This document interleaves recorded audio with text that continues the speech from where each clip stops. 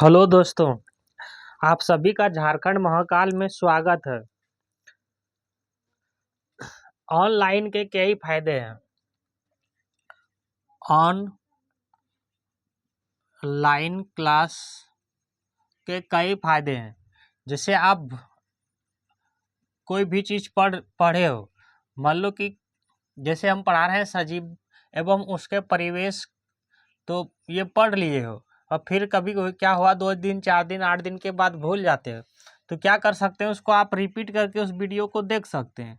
ठीक है ना। वही आप ऑफलाइन कोचिंग पढ़ने जाते हो, आप यहाँ पे पढ़ लिए, पढ़ने के बाद 2 दिन 4 दिन के बाद भूल गए, क्या फिर वही चीज़ को पूछेंगे सर ये पढ़ा दीजिए? वो नहीं ना पढ़ाएंगे। उसको घर में आपको रिवीजन खुद करना होगा, और खुद करना होगा। आप उस जिस तरह आप वहाँ पे पढ़े थे उस तरह नहीं कर पाएंगे। और इसमें ऑनलाइन में क्या होगा कि आप देखे थे वीडियो को, फिर से उसको देख लीजिए, तो पूरी वीडियो देख लिए, फिर से रिवीजन हो गया। और ऑफलाइन में क्या होता है कि मान लो कि एक चैप्टर पढ़ना है, जैसे पढ़ रहे हैं हम लोग, क्या पढ़ेंगे आज? तो पढ़ेंगे सजीव एवं उसका परिवेश। अब ये पढ़ेंगे तो क्लास में 1 घंटा पढ़ाएंगे आपको। 1 घंटा यानी एक टॉपिक पढ़ने में मिनिमम कम से कम मान लो कि 4 आवर्स तो लग ही जाएंगे। अब देखो कि एक चैप्टर पढ़ने के लिए आपको कितने दिन लगेंगे? आने के लिए 4 दिन, 4 आवर्स पढ़ना है एक चैप्टर में। इस तरह साल भर पढ़ेंगे तब जा करके जो है एक वर्ग तैयार होता है। जैसे 6 क्लास पढ़ते हैं तो 1 साल लग जाएंगे। और ऑनलाइन में क्या है कि ये 4 घंटा एक दिन में कवर हो जाएंगे, ये 2 से 3 घंटा में कवर हो जाएंगे। ये एक वीडियो देख लो, 2 से ढाई घंटा का पूरा चैप्टर खत्म। टाइम भी बचत है और इसमें फी भी बचत है। आपको फी भी नहीं लेंगे। आपको क्या करना है, केवल सब्सक्राइब करना है, चैनल को सब्सक्राइब करना है, शेयर करना है और लाइक करना है। देखो सब्सक्राइब क्या होता है, ये आपका फोन है ना, यहाँ पे बटन है, ये स्क्रीन है। यहाँ पे एक छोटा सा जब यूट्यूब खोलते हो, यहाँ पे ये रेड कलर में लिखा आएगा सब्सक्राइब, केवल उसको दबा दो। इसमें आपका कुछ नहीं जाएगा, नहीं इसमें फी, नहीं आपका इसमें पैसे उसे कटेगा, कोई दिक्कत नहीं है। इसमें फी वगैरह कुछ नहीं देना है आपको। उसके बाद अगर इसको दबाने के बाद आपको आएगा एक घंटी जैसा लिखा होगा ऑल, उसके ऊपर दबा दो। उससे क्या फ़ायदा होगा, जो भी क्लासेस होंगे ना वो यूट्यूब आपको नोटिफिकेशन अपने भेज देंगे। ये यूट्यूब का काम होता है नोटिफिकेशन भेजना। ठीक है ना। तो आप सब्सक्राइब करें। शेयर का मतलब क्या होता है, यहीं पे नीचे लिखा होगा शेयर। शेयर का मतलब क्या होता है कि किसी को आप भेज रहे हैं, वो भी वीडियो को देख रहे हैं, वो भी पढ़ रहे हैं। ये फायदे हैं शेयर का। और लाइक का मतलब है कि आप हमको पसंद कर रहे हैं इसलिए कोई लाइक करते हैं। ठीक है ना। अब कोई बच्चा क्या करता है कि यूट्यूब ढूंढ ही ले पाते हैं कि पूरी वीडियो कहाँ मिलेंगी। हमने वर्ग 5 का पूरी मैथ पढ़ा रखा है, गणित पढ़ा रखे हैं, किसका? वर्ग 5 का पूरी गणित पढ़ाए हैं, वर्ग 5 का इसी वीडियो में, इसी प्लेलिस्ट में। यहाँ पे जो है इस तरह निशान आता है, इसके ऊपर लिखो झारखंड महाकाल क्लासेस, तो पूरे वीडियो आ जाएंगे। उसके बाद आएंगे यहाँ पे ऑल, फिर आते हैं प्लेलिस्ट पे जाओ, या तो ऑल वीडियो पे जाओ। ऑल वीडियो पे भी जाएंगे तो पूरा वीडियो जो है सीरियली वाइज आ जाएंगे। आप उसको एक और से देख लीजिए। ठीक है ना। या प्ले लिस्ट में जाएंगे तो वहाँ से भी प्ले लिस्ट के दबाने को टच करने के बाद भी सारे वीडियो आ जाते हैं।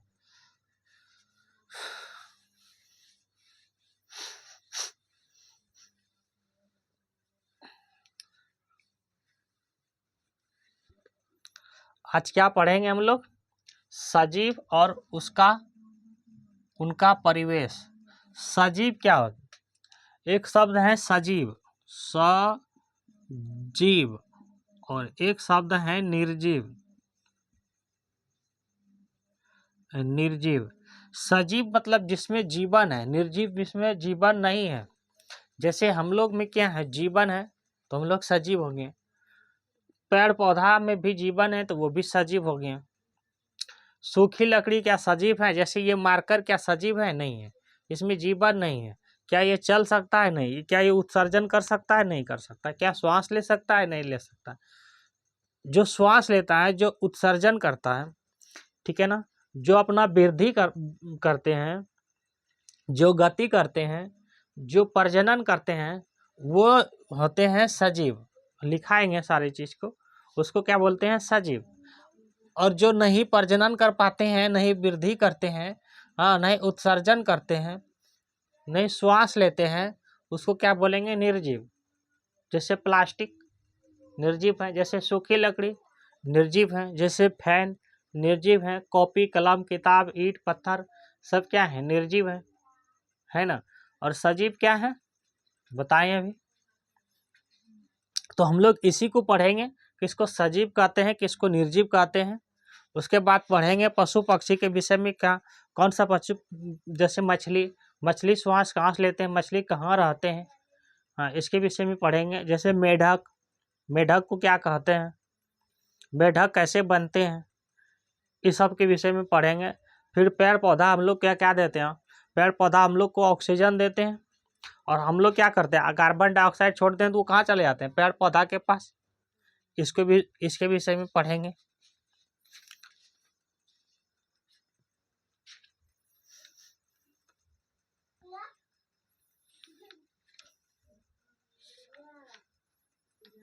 थोड़ा सा चैप्टर लंबी है, ध्यान से सुनना है। पहले बुक्स को पढ़ेंगे, फिर आपको समझाएंगे, ठीक है ना।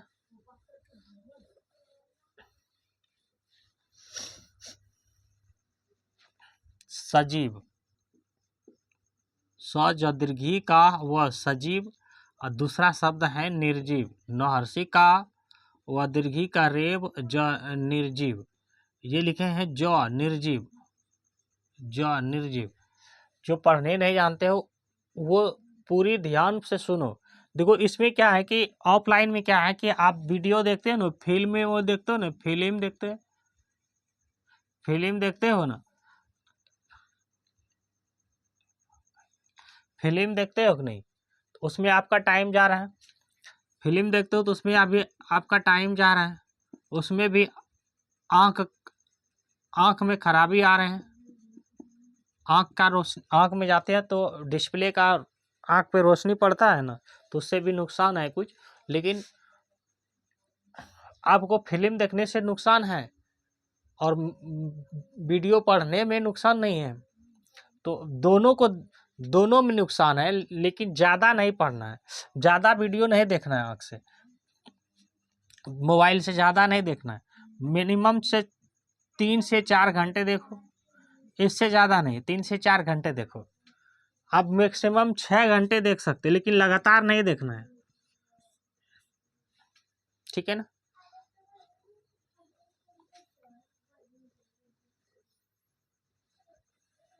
अब आजकल तो समय में छोटे छोटे बच्चे भी मोबाइले में दिन भर लगे होते हैं, लेकिन उनकी आँख पे धीरे धीरे असर पड़ते हैं। इसलिए क्या करते हैं, कोई कोई जो है चश्मा वगैरह ले लेते हैं ताकि उसके आँख पर असर कम पड़े।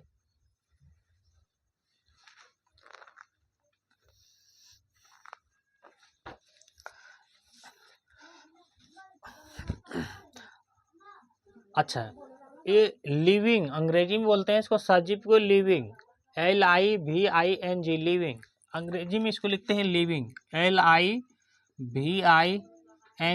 लिविंग।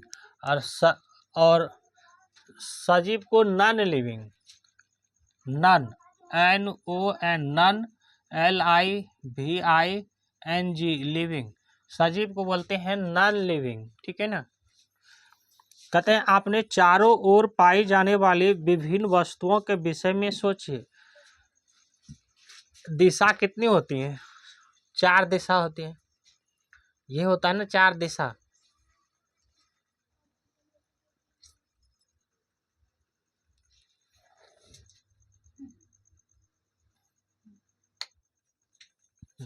ये है 4 दिशा। इसको क्या बोलेंगे? इसको बोलते हैं पश्चिम, और इसको क्या बोलेंगे? पूरब,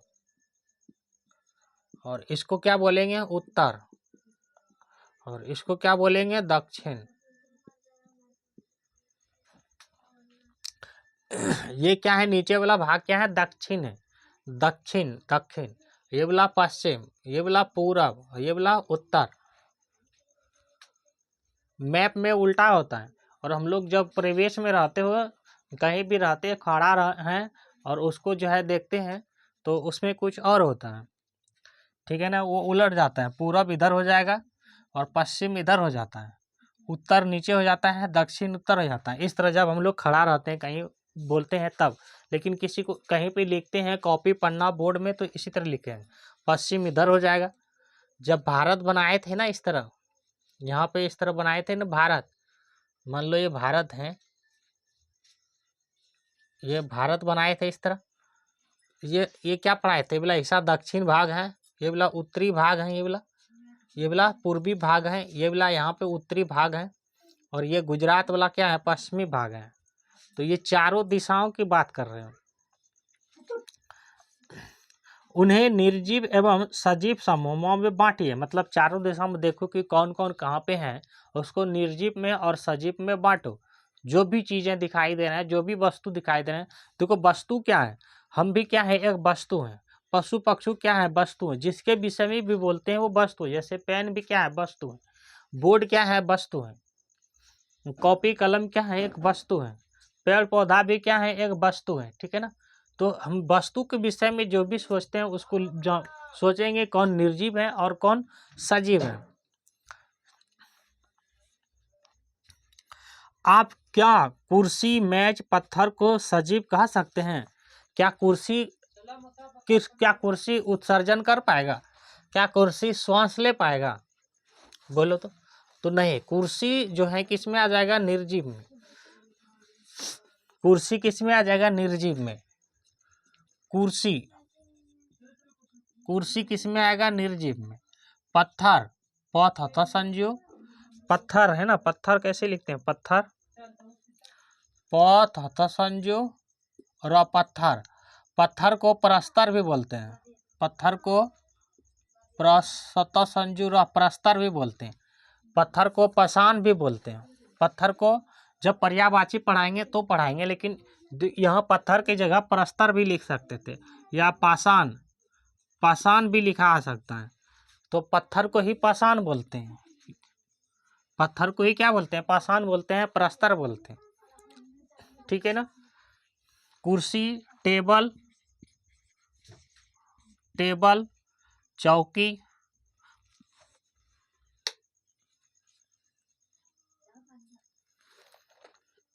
ये क्या है? निर्जीव है। और सजीव कौन है? पहले तो सजीव किसको कहेंगे?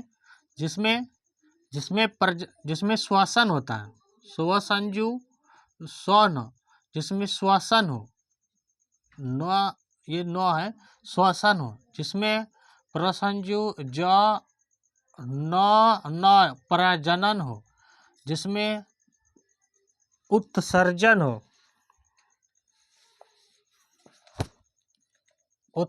हो, हाँ, जिसमें वृद्धि हो, गति हो। ये क्या है? ये इतनी का जो है चीजें अगर जिसमें भी हो रहे हैं वो क्या है? सजीव है। जैसे श्वसन, जैसे हम लोग सांस लेते हैं तो उसको क्या बोलते हैं? श्वसन। प्रजनन क्या होता है? प्रजनन जो अपनी प्रजाति को जन्म देते हैं उसी को प्रजनन कहते हैं। जैसे मनुष्य को ही जन्म देंगे ना, तो उसको प्रजनन कहते हैं। जो अपनी प्रजाति को जन्म देते हैं उसी को प्रजनन कहते हैं। उत्सर्जन, जैसे पेड़ पौधा क्या करते हैं? पेड़ पौधा उत्सर्जन करते हैं किसका? तो जल का, पानी का उत्सर्जन कर देते हैं। देखना कि गर्मी के मौसम में या ठंडी के भी मौसम में पेड़ पौधा के नीचे सुबह के टाइम में या कभी भी तो आपको ठंडे महसूस होंगे और नीचे वाला भाग भीगे हुए दिखाई देते। वो क्या करते हैं? जल को उत्सर्जित कर देते हैं। जो एक्स्ट्रा जल हो जाता है, अपशिष्ट भोजन हो जाता है उसके पास, उसको उत्सर्जित कर देते हैं। जैसे हम लोग मल मूत्र क्या करते हैं? उत्सर्जित करते हैं। जैसे पसीने हम लोग के शरीर से क्या होता है? उत्सर्जित होते हैं। वृद्धि, हम लोग बढ़ते हैं तो उसको वृद्धि, हम लोग चलते फिरते हैं तो उसको क्या बोलते हैं, गति। जिसमें ये सारे क्रिया हैं वो क्या है, तो सजीव हैं। तो ये जिसमें भी ये सारी क्रिया हैं वो क्या है, सजीव है। और सजीव के कुछ उदाहरण लिख लो, जैसे मनुष्य, आदमी लिख लो, आदमी, आदमी को ही तो मनुष्य बोलेंगे। जंतु, जितने भी जीव जंतु हैं सजीव हैं। पेड़, पेड़ कौन सा, सूखी वाला नहीं है, हरा पेड़, हरा पेड़ ले लो, हरा पेड़ ले लो, तो क्या है, सजीव है। अब आगे पढ़ाएंगे, इसको पढ़ते हैं फिर समझाएंगे। क्या आप ऐसी कुछ निर्जीव वस्तुओं को जानते हैं जिसमें इन लक्षणों में से कुछ लक्षण दिखाई देते हैं? कार, साइकिल, घड़ी, नदी के जल गति करते हैं, नदी के जल गति करते हैं। आकाश में चंद्रमा गति करती हैं, चंद्रमा गति करती हैं। क्या इन वस्तुओं को सजीव कहा जा सकता है?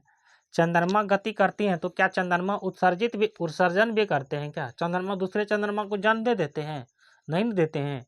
जो दूसरे चीज़ों को जन्म देंगे उसको भी ध्यान में रखना है, ठीक है ना। तो नहीं तो साइकिल, कार किस में आ जाएगा, निर्जीव में। साइकिल किस में आ जाएगा, निर्जीव में। अगर एक साइकिल दूसरे साइकिल को जन्म देते रहेगा तो एक ही तो साइकिल तो ढेरी साइकिल कर देगा, तो दूसरा साइकिल खरीदने का कोई जरूरत पड़ेगा नहीं ना। तो साइकिल भी किस में आ जाएगा, निर्जीव में। घड़ी किस में आ जाएगा, निर्जीव में। नदी निर्जीव में आ जाएगा, निर्जीव में। नदी, एक तो नदी हो गया गंगा नदी, तो गंगा नदी ढेरी सारा नदी को क्यों नहीं बना देते हैं? गंगा नदी तो खुद बहुत से नदियों के मेल से बनी है।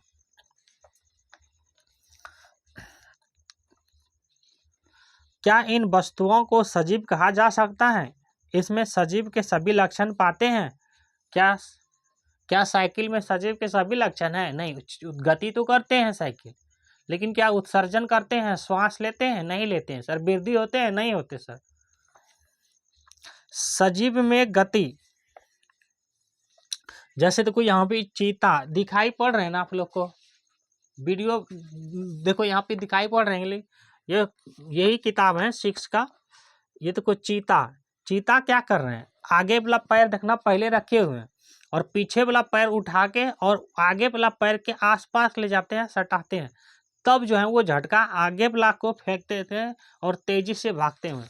और कहा जाता है कि सबसे तेज दौड़ने वाला जानवर कौन सा है, तो चीता ही है सबसे तेज दौड़ने वाला जानवर। तो सजीवों में गति हम लोग देखेंगे, सजीवों में गति। बोलेंगे सर टोपी के पहन के क्लास ले रहा है, तो आज टोपी लो, टोपी निकाल दिए।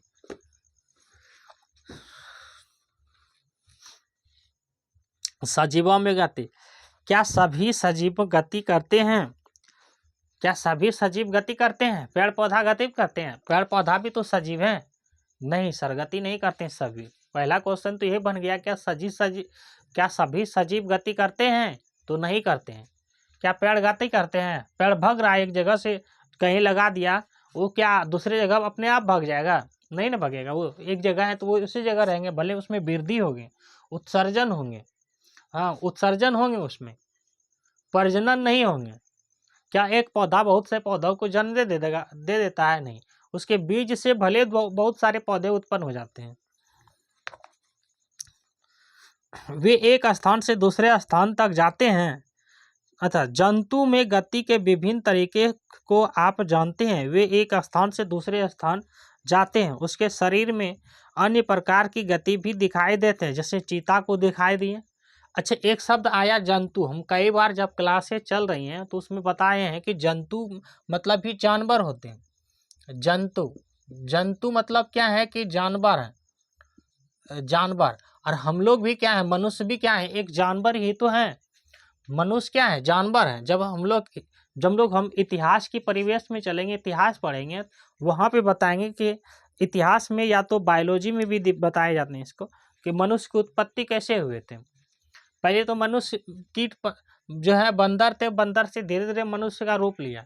मनुष्य में भी अभी भी जो है वो टेल मतलब होता है ना पूछ, टेल मतलब पूछ, अंग्रेजी में होता है टेल, टेल मतलब पूछ। तो अभी भी पूछ है कि हड्डी है मनुष्य में। तो मनुष्य भी क्या है, जानवर है।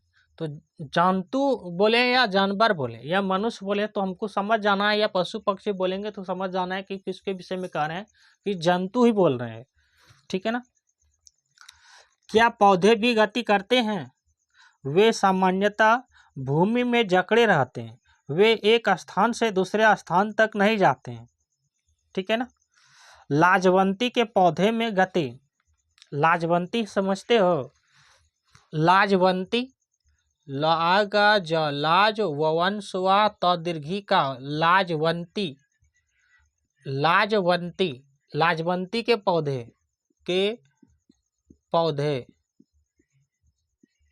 लाजवंती के पौधे, लाजवंती मतलब समझते हो? जो छुई मुई होती है ना, छुई मुई, कैसे लिखते हो? छुई मुई, छुई, सरसू का ई छुई, मरसू का ई मुई, छुई मुई को ही बोलते हैं लाजवंती के पौधे। वो गति करते हैं, देखना ऐसे जब छुओगे ना तो वो क्या हो जाते हैं, सिकड़ जाते हैं, मुरझा जाते हैं, और थोड़ी देर के बाद फिर से वो उसी अवस्था पे आ जाते हैं। तो वो गति किया वो। ठीक है ना। तो लाजवंती के पौधे गति करते हैं। देखो यहाँ पे लाजवंती के पौधे दिखाएंगे, अगर आपको दिखाई दे रहे होंगे तो अपने बुक को हमेशा रखना साथ में, या पढ़ने के क्लास सुनने के बाद बुक को उल्टा के पन्नों को देख लेना, तो आपको समझ में आ जाएगा हाँ हम इसके विषय में पढ़े थे, ये चीज इसके विषय में जाने थे। परंतु विभिन्न पदार्थ तथा यथा जल, खनिज, संश्लेषित खाद्य पदार्थ पौधों के एक भाग से दूसरे भाग में संवहित होते हैं। देखो हमने क्या पढ़ाए थे पिछली कक्षा में कि संवहन होते हैं ना, संवहन, समन स्वार वहन, संवहन, संवहन के द्वारा ही जो है पेड़ पौधा में खनिज लवण जो है पहुंचते हैं। तो वहाँ पे दो उसमें पाए जाते हैं, उसको पढ़ाएंगे, फ्लोएम और जाइलम। उसके द्वारा खाना उना और जो है जल जाते हैं। फ्लोएम के द्वारा खनिज लवण जाते हैं और जाइलम के द्वारा जल जाते हैं पौधों के अनेक भागों में। तो वो क्या है, संवहन ही है। और एक शब्द पढ़ाए थे संघनन, सम अनुस्वार घ न संघनन। देखो ये कंफ्यूजिंग शब्द है ना, इसलिए हम एलिमिनेट कराते हैं कि इसको समझ जाएगा और इसको कंफ्यूज ना हो, इसलिए क्योंकि यही छोटी छोटी चीज़ें आगे चल के बड़ी चीज़ बनती हैं, और बड़ी चीज़ों को समझने के लिए छोटी चीज़ को समझना जरूरी होता है। संघनन क्या है कि जब बादल बनते हैं और बारिश होती है ना, उसी को बोलते हैं संघनन के द्वारा ही बारिश होती है। तो संघनन भी पढ़े थे।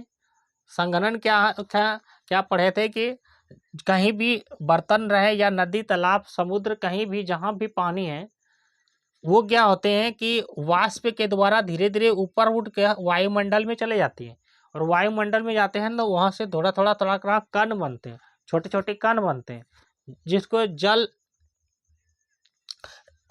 जल कण कहते थे नहीं।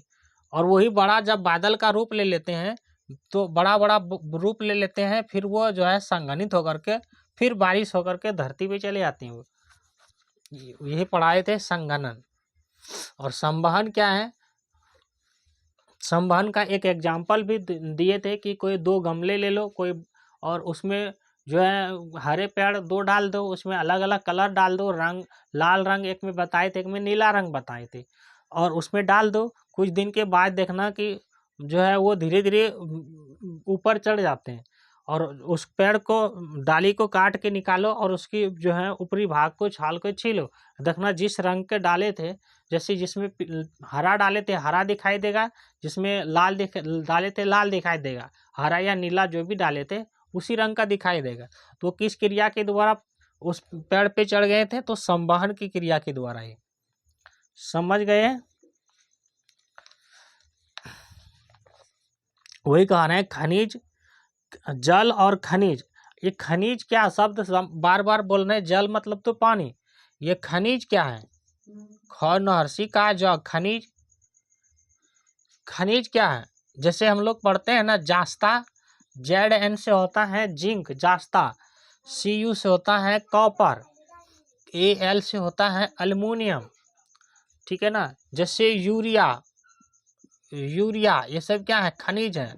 पोटास, डालते हैं उन्हें खेत में, वो क्या है, खनिज है। तो धरती में ये सब पाए जाते हैं और उसी के द्वारा क्या होता है, यही सब हम मिल करके क्या होता है, पेड़ पौधा को जो है भोजन मिलते हैं, ठीक है ना। ZN से होता है जास्ता, AL से होता है अल्मुनियम, जिसको जो है अल्मुनियम ही होता है जिस, और CU से होता है कॉपर मतलब तांबा, CU लिखे हैं कॉपर, और AU से होता है सोना, और AG से होता है चांदी, इसको अर्जेंटीनम बोलते हैं, AG को अर्जेंटीनम, ठीक है ना। तो ये सब क्या है, खनिज लवण है।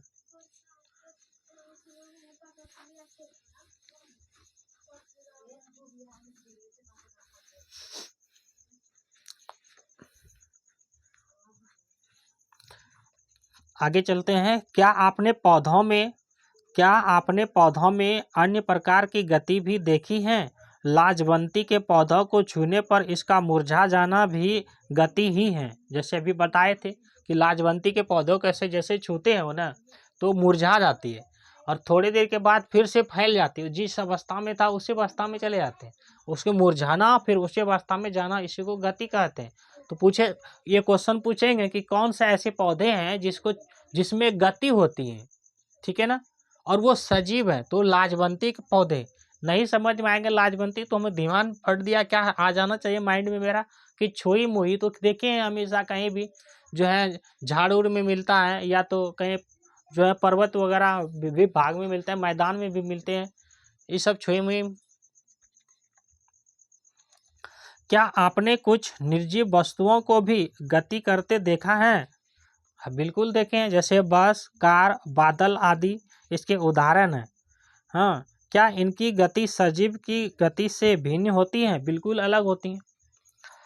कार की गति, क्या आप बस की तरह आप भाग सकते हो? मनुष्य भाग जाएगा बस की तरह? कार की तरह तुम जा सकते हो? बादल हवा की तरह तुम भाग सकते हो? नहीं। तो उसकी गति अलग है, हम लोग की गति अलग है, ठीक है ना। अब सजीवा में प्रजनन देखेंगे। तो प्रजनन तो हम पहले भी समझा चुके हैं, जो अपनी प्रजाति को जन्म देते हैं उसी को प्रजनन कहते हैं। सजीवों में प्रजनन, सजीवों में प्रजनन, प्रजनन, ये लाजवंती मिटा देते हैं।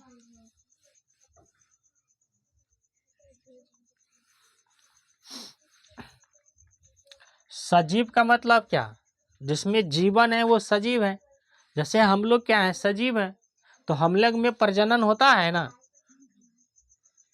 जैसे पशु में प्रजनन होता है, बिल्कुल होता है। आप जानते हैं कि मृत सजीवों के लिए एक सामान्य लक्षण है, चूंकि जीव की मृत्यु होती है इसलिए प्रजनन द्वारा संतान उत्पन्न कर इसकी प्रजातियां अवस्थित में रहती हैं। पक्षी अपने घोंसलों में अंडे देती हैं, मुर्गी भी अंडा देती हैं, जिनके फूटने से छोटे छोटे बच्चे बाहर निकलते हैं। समझ गए प्रजनन? मुर्गी क्या करता है, अंडा देता है ना, मुंडी अंडे देती हैं, पक्षी अंडे देती हैं, और कुछ दिन के बाद वो छोटे छोटे बच्चे उसी से जिसको छोटा बच्चा को चूजा बोलते हैं, तो बाहर निकल जाते हैं। तो वो ही अपनी प्रजाति को जन्म दिया ना, इसी को प्रजनन बोलेंगे। जैसे देखो इसमें दिखाया गया है, यहाँ पे देखो क्रियाकलाप लिखा है ना 5.3, अंडे से निकला हुआ चूजा, ये छोटा सा बच्चा है मुर्गी का। सभी जंतुओं तथा पौधों में अपने समान जीवों को उत्पन्न करने की क्षमता होती है। इस क्रिया को प्रजनन कहते हैं। मेरी बात को समझो ध्यान से। सभी जंतु एवं पौधों में, पौधा भी प्रजनन करते हैं, नहीं बताएं कैसे? कि वो बीज के द्वारा प्रजनन कर देते हैं। कोई कई पौधा ऐसा भी है जिसकी टहनी तुम काट के दूसरे जगह लगा दोगे तो उससे भी जो है वो पौधा लग जाएंगे, तो वो भी एक प्रजनन है। ठीक है ना। सजीवों में जनन के बारे में आप ऊपरी कक्षा में अधिक जानकारी प्राप्त करेंगे। मतलब अगली कक्षा में इस 6 के बाद 7, 8, 9 में जब जाओगे उसमें प्रजनन के विषय में पूरी तरह से जानोगे कि कैसे बनते हैं प्रजनन। शरीर की सबसे छोटी इकाई जो होती है ना वो सेल है, CELL सेल। सेल को हिंदी बोलते हैं कोशिका, कोमो का, स्वरसी का, को का कोशिका। ये सजीव की, जंतु की सबसे छोटी इकाई क्या है? कोशिका है। किसकी? सजीव की। सेल बोलते हैं अंग्रेजी में, हिंदी में कोशिका। और कोई भी चीज आइटम जैसे ये पेन बने, ये इसकी सबसे छोटी इकाई क्या है? परमाणु है। जैसे हम लोग फोटो बनाते हो, मोबाइल का पिक्सल, मोबाइल को देखते हो ना, मोबाइल में फोटो देखते हो, फिल्म देखते हो। जैसे आप हमें देखे, जैसे वीडियो खोलेंगे ना तो जैसे हम दिखाई देंगे आपको, तो उसको क्या बोलते हैं? वीडियो बोल देते हो ना। वो क्या है? वो पिक्सल है। वो क्या है? छोटी छोटी पिक्सल से मिलकर के बना, इस तरह डॉट से मिलकर के पिक्सल, इसको छोटी छोटी होती है। इसकी इकाई क्या है? पिक्सल है। पिक्सल, पिक्सल, उसको पिक्सल बोलते हैं। और छोटी छोटी डॉट के मिल करके जो हम लोग जो भी चीज़ देखते हो, फिल्म देखते हो या पढ़ते हो, जो भी चीज़ दिखाई देंगे वो पिक्सल है। और जो नहीं छू पाते हो, हाँ, क्या हमको तुम छू पाओगे? नहीं है। हमको कैसे तुम छू लोगे? हमको छूओगे, जैसे ऐसे छूओगे तो तुमको शीशा दिखाई देंगे, शीशा को छू रहे हो तुम। जो नहीं छू पाते हैं उसको सॉफ्टवेयर बोलते हैं। ये सब चीज़ें कंप्यूटर की बातें हैं, तो समझाने के लिए बता दिए कि छोटी इकाई क्या होता है, किससे किस चीज़ बने होते हैं। तो सेल से क्या है? सेल यानी कोशिका। शरीर की सबसे छोटी इकाई क्या है? कोशिका है। और कोई सी भी वस्तु का, जैसे ये पेन है, इसकी सबसे छोटी इकाई क्या है? परमाणु है। जैसे आप फोटो वगैरह का सबसे छोटी इकाई क्या है? तो पिक्सल है। ठीक है ना। ये टॉपिक नहीं है तुम्हारा, लेकिन ये समझने के लिए बता दिए।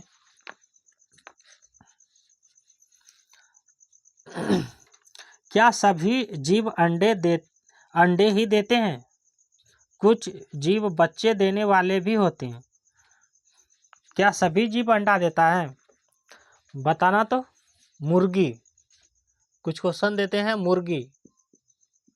मुर्गी क्या करेगा? अंडा देगा कि बच्चा देगा? नहीं, अंडा देगा, अंडा देती है। खरगोश, खरगोश बोलो तो। खरगोश क्या करते हैं? अंडा देते हैं या बच्चा? बच्चा। खरगोश अंडा देता है क्या? नहीं सर, बच्चा। गाय अंडा देगा क्या? बच्चा। गाय बच्चा, बच्चा। तो गाय गाय को ही जन्म देगी ना, तो यही क्या है? प्रजनन है। खरगोश का बच्चा को ही जन्म देंगे ना, तो क्या है? प्रजनन है।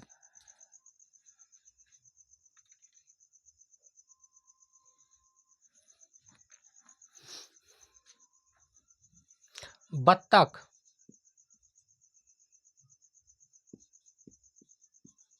बोलो तो। बत्तख क्या देता है? बत्तख अंडा देती है, अंडा। स्नेक, सांप, सर्प लिखते हैं, सर्प या सांप। सांप क्या देती है? अंडा। सांप क्या देते हैं? अंडा, है ना। कुछ अपने से भी बनाना। जैसे आदमी क्या बोल सकते हैं? आदमी, मनुष्य इसको बोलते हो, बच्चा। कुत्ता, नीचे दिखाई दे रहे हैं, कुत्ता बच्चा देंगे। पक्षी, पक्षी में सब आ गया। पक्षी अंडा, अंडा देती है पक्षी। और अपने से भी सोचना और बनाने का प्रयास करना, सारणी इस तरह बनाना। इधर लिखना, जैसे मुर्गी लिखे, मुर्गी क्या देती है, अंडा। खरगोश बच्चा, गाय बच्चा, बत्तख अंडा। ये बत्तख लिखे हैं, ये लिखे हैं ब आधा त ख, बत्तख। सर्प यानी सांप को सर्प बोलते हैं, अंग्रेजी में स्नैक बोलते हैं। ये अंडा, अंडा से ये सर्प निकलते हैं फिर से। आदमी बच्चा, कुत्ता बच्चा, बिल्ली बच्चा, सुगा तो उसमें पक्षी में आ गया, पक्षी क्या है, अंडा। अच्छा, पौधा, पौधा क्या देते हैं पौधा तो बीज। चले आगे पढ़ते हैं। पौधों के बीजों का अंकुरण से फिर नए पौधों का जन्म होता है। पौधों में जनन की एक विधि यह भी है कि पौधा एक ही भाग नए पौधों को जन्म देता है। ये बात को बताए थे। मतलब कहीं से, जैसे आम का पेड़ ले लो, अमरूद का पेड़ ले लो, उसमें क्या करते हैं, कोई कलम काट देते हैं, उसको हल्का सा छील के और उसमें मिट्टी वगैरह डाल के, उसमें कुछ पानी उनी डाल के, और पानी जो है 2 दिन 3 दिन में अंतर में थोड़ा थोड़ा पानी उसमें डालते रहते हैं, और 2 महीना 3 महीना छोड़ देते हैं उसमें, और वही से उसी को फिर जो है उसको काट के दूसरे जगह लगा देते हैं। तो वही चीज़ ये कह रहे हैं कि पौधों के बीज के अंकुरण से फिर एक नए पौधों का जन्म होता है। हाँ, पौधों में जनन की एक विधि यह भी है कि पौधे का ही एक भाग नए पौधों को जन्म देता है। मतलब प्रजनन तो बीजों के द्वारा होता ही पौधों में, लेकिन कहीं से काट के दूसरे जगह लगा देना तो उसी भाग का हिस्सा हो गया ना। पौधों के बीजों के अंकुरण से नए पौधों का जन्म होता है। गुलाब की एक मोटी डंडी को उसके तने से अलग कर दीजिए और इसे कलम कहते हैं। देखो, गुलाब को भी काट देते हैं तो उसको भी क्या बोलते हैं, उससे भी निकाल देते हैं, तो उससे भी क्या हो जाता है, वो दूसरे जगह लगा देंगे और वो लग जाते हैं, उसको कलम कहते हैं। तो क्या बोलते हैं, कलम, क ल म, कलम। यह लिखने वाला कलम नहीं। किसी पेड़ को काट देते हैं और उसको दूसरे जगह लगाते हैं तो उसको कलम कहते हैं।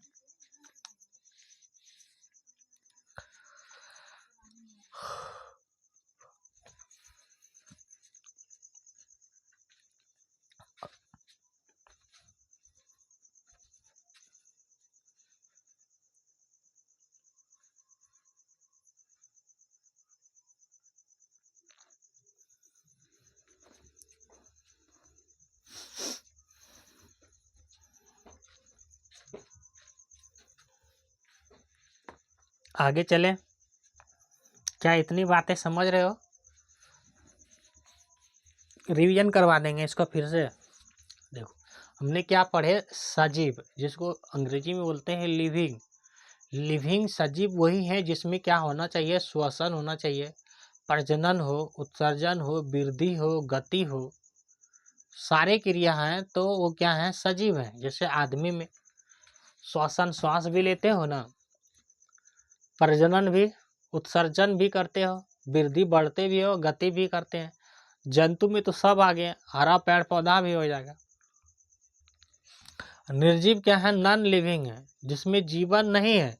कुर्सी, पत्थर, पत्थर को प्रस्तर भी बोलते हैं, पाषाण, टेबल, ये सब क्या हो गया, साइकिल, पंखा, ईंट, ये सब क्या हो गया, निर्जीव हो गए। फिर बोले थे कि जनन किसमें, जैसे मुर्गी क्या देती है, अंडा। पक्षी क्या देती है, अंडा। खरगोश बच्चा, गाय बच्चा, बत्तख अंडा, बत्तख भी पक्षी में आ जाते हैं। सर्प, सांप भी अंडा, आदमी भी बच्चा, कुत्ता बच्चा। अच्छा, सर्प को क्या बोलते हैं, रेप्टाइल्स, सरीसृप भी बोलते हैं। जो भी चीज़ रैंक के चलेंगे ना, जैसे लिजार्ड, छिपकली, सरीसृप बोलेंगे। जैसे वो क्या कहते हैं उसको, मगरमच्छ, क्रोकोडाइल, उसको भी क्या बोलेंगे, सरीसृप बोलेंगे। जो भी चीज़ रैंक के चलेंगे ना उसको सरीसृप बोलेंगे।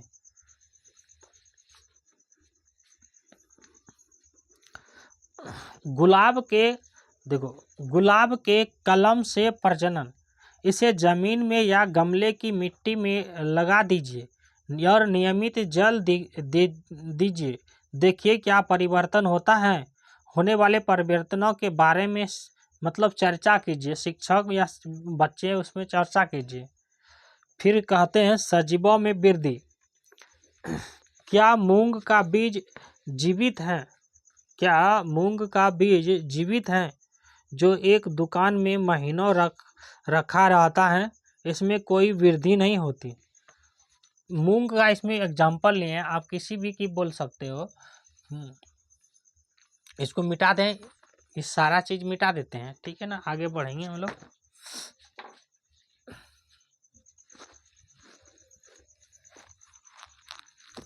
जो बोलते हैं ना, सुन के मेन पॉइंट को लिख लो।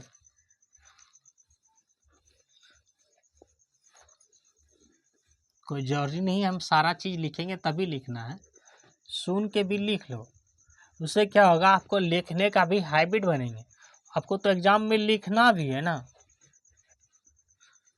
तुम्हारा मास्टर तो लिख के देगा नहीं स्कूल में कि जो तुम्हारा कॉपी हम ही भर देते हैं, नंबर मिल जाएंगे, ऐसा तो है नहीं। आप अपना लिखने का भी आदत डालो।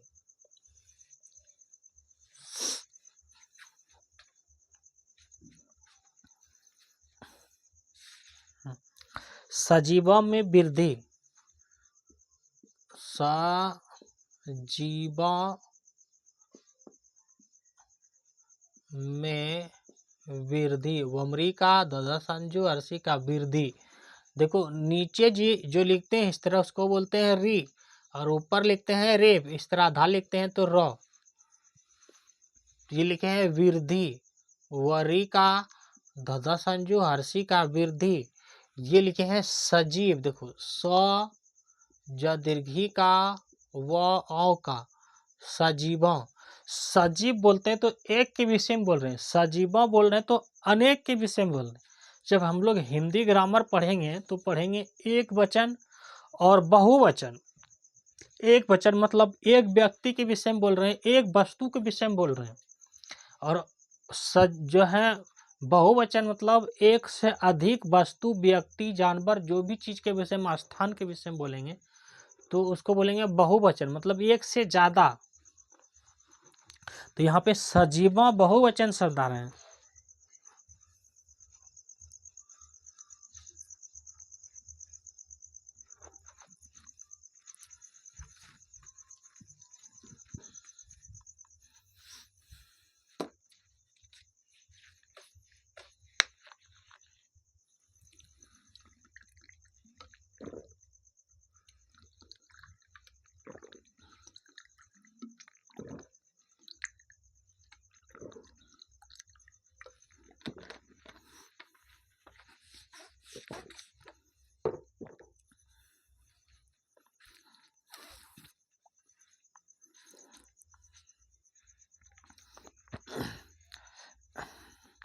जब हम इन बीजों को मिट्टी में बोकर जल से सींचते हैं तो यह पौधा बन जाता है।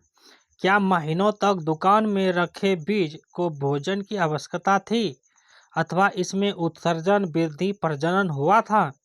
वृद्धि सजीवों का एक प्रमुख लक्षण है। आइए इस पर विचार करिए। क्या उसमें वृद्धि हुआ था? मूंग का दाना कहीं पे रखा हुआ है, मूंग का दाना रखा हुआ है दुकान में, क्या इसमें वृद्धि हुआ? नहीं न हुआ। क्या प्रजनन हुआ? क्या एक तो दाना था बहुत सारा दाना हो गया? ऐसा होता है, एक तो दाना से बहुत सारा दाना हो जाएगा। जब तक उसमें पानी नहीं डालेंगे तब तक तो दूसरा पहले पौधा नहीं बनेगा, जब तक पानी नहीं डालेंगे तो। जब इसको कहीं खेत में ले जाके बो देते हैं, खेत में ले जाके बो दिए इसको और इसमें जल से सींचते हैं तो धीरे धीरे क्या बन जाएंगे, तो अंकुरित होंगे। अंकुरित होने के बाद पौधा बन जाते हैं, तो न प्रजनन होगा। आपने अपने घर में अपने बचपन के जूते पहनने का प्रयत्न कीजिए। क्या आप पहन पाते हैं या नहीं? क्यों? आप बचपन में जो जूते पहनते थे, क्या वही जूते बड़े होने के बाद पहन लोगे? क्या आपके पैर में आ जाएंगे? वो नहीं आएंगे। क्यों नहीं आए? क्योंकि क्या उसमें प्रजनन ही नहीं हुआ, वो बढ़ा ही नहीं, वृद्धि नहीं हुआ, क्योंकि वो निर्जीव है। इसलिए इसी तरह आप अपनी 2-3 साल पुरानी पोशाक पहनने का प्रयत्न कीजिए। मतलब जो शर्ट आप पहने थे मान लो कि 2000 में आप एक शर्ट बनवाए थे, 2002 ईस्वी ले लेते हैं। 2002 ईस्वी में एक शर्ट बनाए थे। शर्ट मतलब कमीज होता है, कमीज बनवाए थे और आप इसको पहनो 2012 में। 2012 में क्या वो तुम पहन पाओगे? नहीं। इसका साइज तो बड़ा पहले कुछ था, अब तुम्हारा साइज कुछ और हो गया। मतलब तू इसमें तो तुम्हें तो वृद्धि हुआ, क्या कमीज में भी वृद्धि हो गया?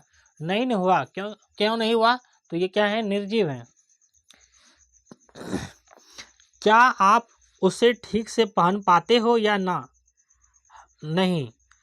आप शायद समझ गए होंगे कि अब आप पहले से बड़े हो गए हैं और जूते या कपड़े आपके लिए छोटे हो गए। इसी बड़े होने को हम वृद्धि कहते हैं। मतलब जो बढ़ते हैं ना उसी को वृद्धि कहते हैं। ये लंबा चौड़ा शब्द ये झूठों का दिया है। मतलब जो हम लोग बढ़ते हैं तो उसी को वृद्धि कहते हैं। छोटा बच्चा का जन्म होता है, धीरे धीरे बढ़ता है ना। बकड़ू बच्चा का जन्म होता है, बढ़ता है ना। चूजा मुर्गी बच्चा का जन्म होता है तो बढ़ता है ना। एक छोटा सा चूजा बड़ा होकर मुर्गा या मुर्गी बन जाता है। एक छोटा सा बीज अंकुरण के बाद वृद्धि होता है और समय के साथ वह विराट वृक्ष का रूप ले लेता है। यह वृद्धि आंतरिक होती है। इसी प्रकार मेढक लार्वा से वृद्धि के पश्चात वयस्क बनता है। ये सारी राम कहानी किसके लिए था? मेढक के लिए। इसको मिटा दें? नहीं मिटाते हैं। मेढक में का ढक मेढक, मेढक के लिए था। मेढक किसके बना? तो मेढक के पहले बना था लार्वा। लार्वा और लार्वा से क्या बना? बच्चा। बच्चा और बच्चा से क्या बना? बच्चा से बना वयस्क।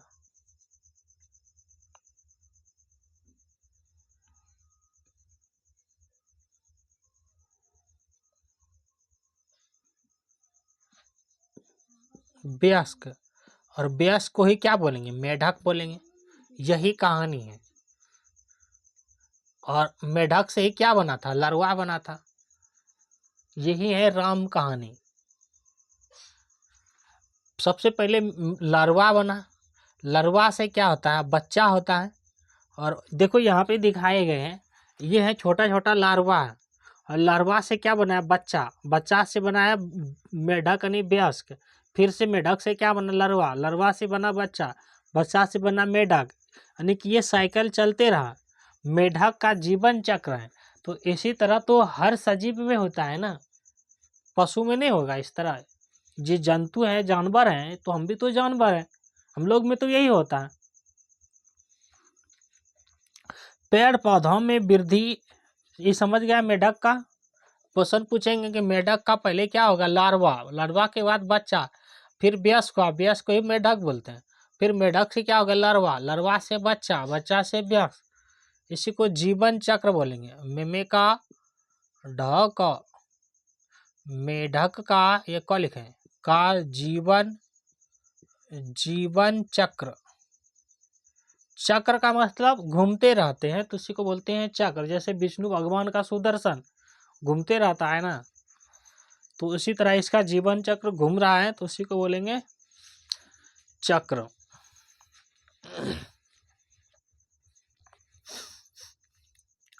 पेड़ पौधों में वृद्धि जीवन पर्यंत न होती है। पेड़ पौधों में वृद्धि जीवन पर्यंत न होती है, जबकि जंतु में वृद्धि एक निश्चित आयु तक होती है। जीवन पर्यंत का अर्थ समझो। जीवन पर्यंत लिखे ना, पर्यंत। हाँ, परेप नता समझो, पर्यंत ये लिखे हैं प। जीवन पर्यंत ये किसमें होता है? पेड़ पौधा में। पेड़ ही लिख लेते हैं, पेड़ पौधा। और जंतु में, जंतु में क्या है, जंतु में एक निश्चित समय के लिए, निश्चित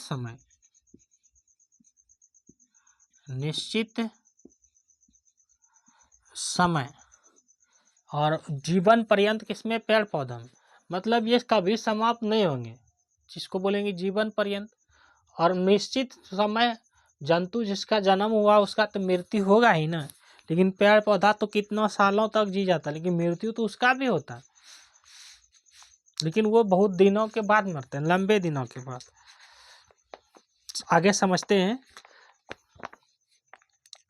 कहते हैं पेड़ पौधों में वृद्धि जीवन पर्यंत होती, मतलब बढ़ते जाते हैं वो, जबकि जंतु में वृद्धि एक निश्चित आयु तक ही होती, मतलब वो वृद्धि मतलब समझते हो, वृद्धि मतलब क्या, बढ़ना। प्रत्येक सजीव का एक निश्चित जीवन काल होता है। निर्जीव में भी सजीव के गुण हो सकते हैं, परंतु निर्जीव वस्तु में सभी लक्षण एक साथ दिखाई नहीं पड़ते। ये क्या कह रहे हैं, जितने भी सजीव हैं उसका जीवन काल एक जो है निश्चित होता है।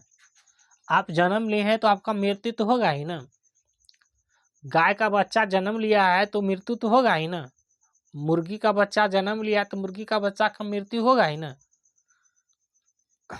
वही कह रहे हैं कि उसका जीवन काल निश्चित होता है। और निर्जीव में भी सजीव के गुण होते हैं, निर्जीव में भी सजीव के गुण होते हैं, परंतु निर्जीव वस्तु में सभी लक्षण एक साथ दिखाई नहीं पड़ते। लेकिन निर्जीव में सजीव का जिस तरह गुण होता है वो एक साथ दिखाई नहीं पड़ते हैं, कुछ कुछ दिखाई पड़ते हैं। इतनी बातें समझ गए हैं। अब पढ़ेंगे सजीवों में श्वसन। सजीवों में श्वसन, इसको मिटा दें क्योंकि आगे का पार्ट पढ़ेंगे। सजीवों में श्वसन, सजीवों में श्वसंजु श्वसन नहीं श्वसन, श्वसंजु श्वसन, अंग्रेजी में इसको बोलते हैं रेस्पिरेशन। श्वसन को अंग्रेजी में रेस्पिरेशन बोलते हैं। RESPIRATION, respiration. सजीवों में रेस्पिरेशन यानी श्वसन। इसको याद कर लेना, इसको याद करना, RES तोड़ के पढ़ना, RESPIRATION,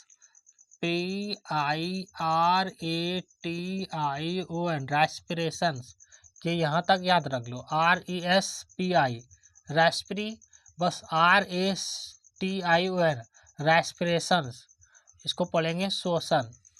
श्वसन मतलब जो हम सांस लेते हैं उसी को श्वसन बोलते हैं। पेड़ पौधा भी तो सांस लेता है, पेड़ पौधा सांस में क्या लेता है बताना थोड़ा सा, कई बार पढ़ चुके हो।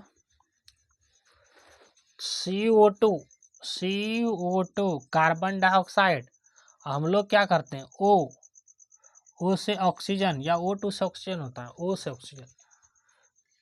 ऑक्सीजन हम लोग क्या करते हैं, ऑक्सीजन लेते हैं। ऑक्सीजन हम लोग को कौन देगा, पेड़ पौधा देता है। पेड़ पौधा को हम लोग क्या देंगे, कार्बन डाइऑक्साइड देते हैं, है ना। यही चीज आप पढ़ेंगे। गेहूं की बोरी में अपना हाथ डालिए, कोई गेहूं का बोरी है उसमें आप हाथ डालिए। हमें लगता है लंबी क्लास नहीं ले पाएंगे, मेरा गला ठीक नहीं लगने लगा।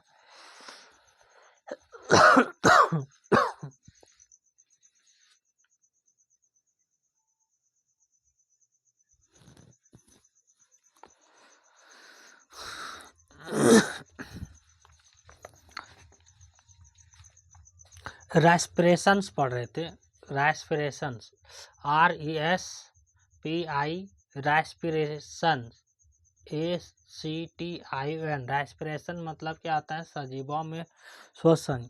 जैसे आप गेहूं का बोरा ले लो, तो उसमें जैसे गेहूं के बोरे में आप हाथ डाल रहे हो तो आपको वहाँ पे क्या मिलेंगे, जो बीज हैं वो गर्म मिलेंगे, ठीक है ना। उसमें ऊष्मा कहाँ से उत्पन्न हुआ, जो गर्म हुआ बीज, कोई भी बीज है उसमें आप अपना हाथ डालो, किसी भी बीज में, गेहूं का ले लो, गोटा का ले लो, मक्का का ले लो, आपको जब अंदर डालोगे उसमें आपको गर्मी महसूस होगा। तो उसमें उष्मा कहाँ से आया? तो वो क्या कर रहे थे, श्वसन के द्वारा ही उसमें उष्मा उत्पन्न हुआ। समझ रहे हो ना? हमने देखा कि बीजों में श्वसन की क्रिया उस समय भी चलती रहती है जबकि अन्य जैव प्रकरण में उतने सक्रिय नहीं होते हैं। जैव और अजैव भी पढ़ाएंगे। सजीव वायुमंडल में ऑक्सीजन लेते हैं। सजीव जो भी है ना, वो वायुमंडल से क्या करते हैं, ऑक्सीजन लेते हैं। सजीव क्या करते हैं, वायुमंडल से ऑक्सीजन लेते हैं। मान लो ये हम लोग हैं, सजीव हैं, तो हम लोग कहाँ से लिए ऑक्सीजन? जो है वायुमंडल से लिए। हम लोग सजीव हैं, वायुमंडल से क्या लिए? ऑक्सीजन लिए।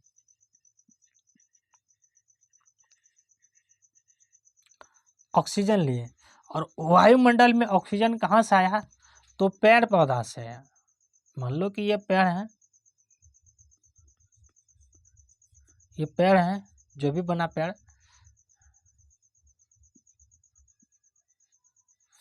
ये पेड़ है,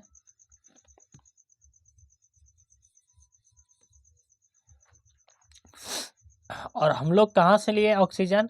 तो यहाँ से लिए। और ये हम लोग क्या छोड़ देते हैं? तो कार्बन डाइऑक्साइड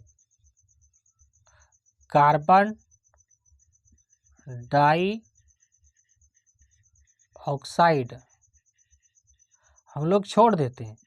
और ये कौन ले लेगा? पेड़ पौधा ले लेगा। ये पेड़ पौधा ले लेगा और हम लोग को क्या मिलेगा? फिर से यहाँ से ऑक्सीजन मिलेगा। समझ रहे हो?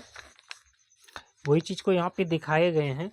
ये है पेड़ पौधा, ये हमें ऑक्सीजन दे रहे हैं और ऑक्सीजन, ये कार्बन डाइऑक्साइड ले रहे हैं। जैसे हाथी हैं, हाथी भी तो पशु पक्षी है ना, हम लोग भी पशु पक्षी है ना, हम लोग भी जानवर है ना।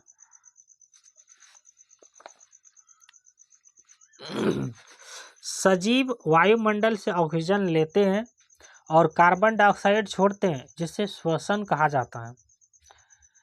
यह सभी सजीव की विशेषता है। ग्रहण किए गए भोजन से श्वसन क्रिया द्वारा ही हमारे शरीर को ऊर्जा उत्पन्न होती है, ऊर्जा मिलती है। जीव जंतु अपनी नाक द्वारा श्वसन क्रिया करते हैं तथा पेड़ पौधा मुख्यतः अपनी पत्तियों के द्वारा। पेड़ों में इसकी जड़ें तथा तना द्वारा भी श्वसन होता है। पेड़ पौधा प्रकाश संश्लेषण क्रिया से ऑक्सीजन मुक्त करते हैं और श्वसन के लिए आवश्यक है। देखो, जैसे हम लोग श्वसन जो लेते हैं, कहाँ से लेते हैं? तो नाक के द्वारा लेते हैं। जंतु कहाँ से श्वसन लेते हैं? नाक के द्वारा लेते हैं। लेकिन पेड़ पौधा कहाँ से लेते हैं श्वसन? तो अपना पत्ती से लेता है। कुछ जड़ से भी लेते हैं, पत्ती से भी, और कुछ तना से भी। हम लोग श्वास लेते हैं नाक से, और पेड़ पौधा श्वास कहाँ से लेता है? तो पत्ती से, और तना से, कहाँ से? जड़ से। पत्ती को अंग्रेजी में लीफ पढ़े थे, और तना को अंग्रेजी में स्टेम, ये लिखे हैं। तो स्टेम मतलब तना और रूट मतलब जड़। हम लोग लेते हैं श्वास नाक से, और पेड़ पौधा पत्ती से, तना से और जड़ से। ये तीनों भाग से ले सकते हैं। ठीक है ना? पेड़ पौधा प्रकाश संश्लेषण क्रिया में ऑक्सीजन को क्या करते हैं? छोड़ देते हैं। प्रकाश संश्लेषण में ऑक्सीजन को क्या करते हैं? छोड़ देते हैं। ठीक है ना? जो श्वास के लिए आवश्यक है, जो ऑक्सीजन छोड़ते हैं वही तो श्वास के लिए आवश्यक है। अगर पेड़ पौधा ही नहीं रहता तो ऑक्सीजन हम लोग को प्रॉपर मिलता नहीं मिलता। इसीलिए कहते हैं कि पेड़ को बचाना चाहिए। क्यों बचाना चाहिए? क्योंकि सभी को तो श्वसन कौन दे रहे हैं? तो पेड़ पौधा ही दे रहे हैं। जैसे हाथी को श्वसन कौन दे रहे हैं? पेड़ पौधा ही दे रहे हैं। उसको भी तो ऑक्सीजन चाहिए, वो भी तो जंतु है। बंदर जंतु है, स्नेक्स जंतु है, हिरन जंतु हैं। ठीक है ना? तो पेड़ पौधा कितना आवश्यक है? पेड़ पौधा नहीं रहता तो हम लोग को सांस लेने में कितना दिक्कत होता। अब पढ़ेंगे सजीवों में पोषण। सजीवों में पोषण। पोषण का मतलब पढ़ाए थे, जो भी चीज हम लोग खाते हैं ना उसी को पोषण न्यूट्रॉन्स बोलते हैं। जो भी चीज खाते हो, सजीवों में पोषण न्यूट्रॉन्स, जो भी चीज खाते हो वही क्या है, पोषण है।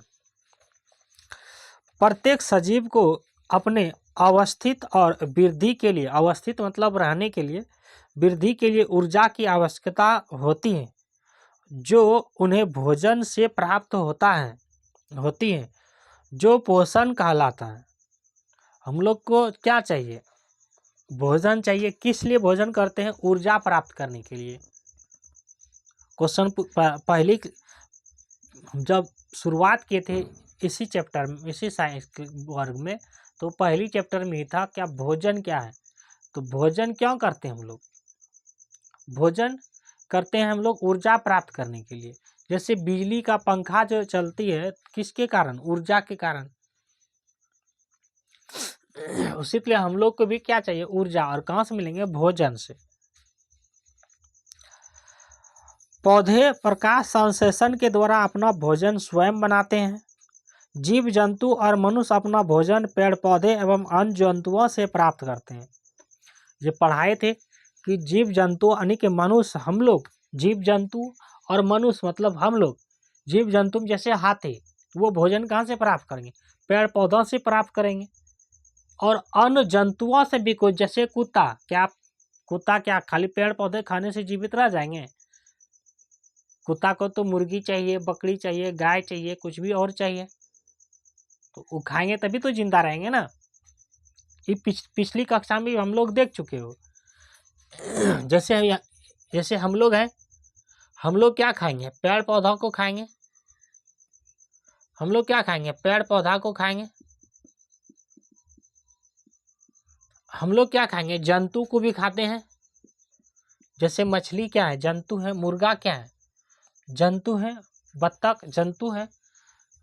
जैसे बकरी खस्सी क्या है, पाठा पाठे क्या है, जंतु है। तो उसको हम लोग भी तो खाते हैं। और उसी बकरी को यानी कि जंतु को कौन खाएगा, फिर कुत्ता खाएगा ना। कुत्ता, शेर खाएगा, बाघ, सियार। मेरी बात को ध्यान से समझना, जो भी चीज लिख रहे हैं, जो एक दूसरे जंतु को खा रहे हैं, ये मांसाहारी हैं। कुत्ता मांसाहारी है ना, शेर मांसाहारी है, बाघ, सियार भी मांसाहारी है। सियार जो है साग सब्जी नहीं खाते हैं। सियार देखना कहीं कहीं क्या करते हैं कि बकरी कहीं मिला या मुर्गी वगैरह मिला, वो क्या करते हैं, पकड़ के खा जाते हैं। स्नैक को नहीं खाते हैं। और इसको कौन खाएगा फिर, अगर मान लो कि कुत्ता मर गया, ये कुत्ता मर गया, इसको कौन खाएगा, इसको खाएगा चील, गीद यानी पक्षी खाएगा। इसको कौन खाएगा, पक्षी खाएगा। जैसे गीद हो गया, गीद गदरगी का द गीद। चील हो गया। अब फिर चील को कौन खाएगा, चील भी मर गया, चील को भी कौन खाएगा, ये भी चील भी मर गया। अब इसको कौन खाएगा, तो इसको खाएगा कौन, तो इसको खाएगा जीवाणु, जिसको अंग्रेजी में बोलते हैं बैक्टीरिया। इसको कौन खाएगा, जीवाणु खाएगा। सड़ गया, चील को फेंक देता, मिट्टी में फेंक दिया, वो सड़ गया, तो उसको भी तो खा रहे हैं ना। धीरे धीरे उसका भी हड्डियां अस्थियां क्या हो जाएगा, समाप्त हो जाएगा। उसको कौन खाएगा, छोटी जीव खाएगा, उसको सूक्ष्म जीव कहते हैं। तो हमें एक दूसरे पे ही निर्भर है। हम आगे इसको और डीप से पढ़ेंगे, बस इतना ही समझो इसको क्या कहते हैं, आगे कक्षा में बताएंगे। समझ रहे हो, इतनी बातें समझ गए। हम लोग क्या खाते हैं, पेड़ पौधा खाते हैं, हम लोग जंतु भी खाते हैं। और दूसरा जंतु क्या करते हैं, एक जंतु दूसरे जंतु को खाते हैं। कुत्ता, शेर, बाघ, इसको कौन खाएगा? इस सब को खा जाएगा, जंतु को खा जाएगा। जैसे बत्तख कुत्ता को खा जाएगा, कुत्ता बकरी को खा जाएगा, कुत्ता बकरी को खा जाएगा। बकड़ और दीर्घी का बकरी, मुर्गी, मुर्गी, गाय, सियार, सियार नहीं, हिरन, हिरन, इसको कौन खाएगा? ये सबको खा जाएगा। और ये लोग जो मर गया कौन खाएगा उसको? पक्षी। और पक्षी भी मर गया कौन खाएगा? गीद, चील। और ये भी मर गया, ये गीद चील को कौन खाएगा? जीवाणु यानी बैक्टीरिया, सूक्ष्म जीव खाएगा, जिसको हम नहीं देख सकते। क्या सूक्ष्म जीव को तुम देख सकते हो? मिट्टी में कहीं पे कीड़ा वगैरह पड़े हैं, वो मर गया। मान लो को तुम घर में मछली मुर्गा खाते हो और उसको कहीं फेंक दिया गड्ढा में, हड्डी को ले आकर फेंक दिया, और कुछ दिन के बाद देखना वो हड्डी दिखाई नहीं देगी वहाँ पे, क्योंकि उसको भी तो कोई खा गया ना। वो सूक्ष्म जीव वहाँ पे जो मिट्टी में था छोटा छोटा, उसने उसको खा गया। क्या उस सूक्ष्म जीव को तुम देख पाए? नहीं देख पाओगे। ये अगली कक्षा की बात है, लेकिन कुछ शब्द आए यहाँ पे इसलिए बता दिए। आगे चलें। सजीवों में संबंधशीलता, संवेदनशीलता, इतने सारे चीजें समझ में आ गए होंगे, तो इसको मिटाते हैं।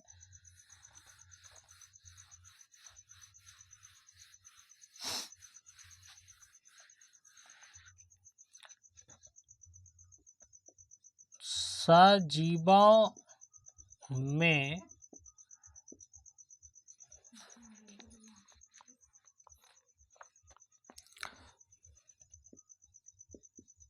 संवेदनशीलता,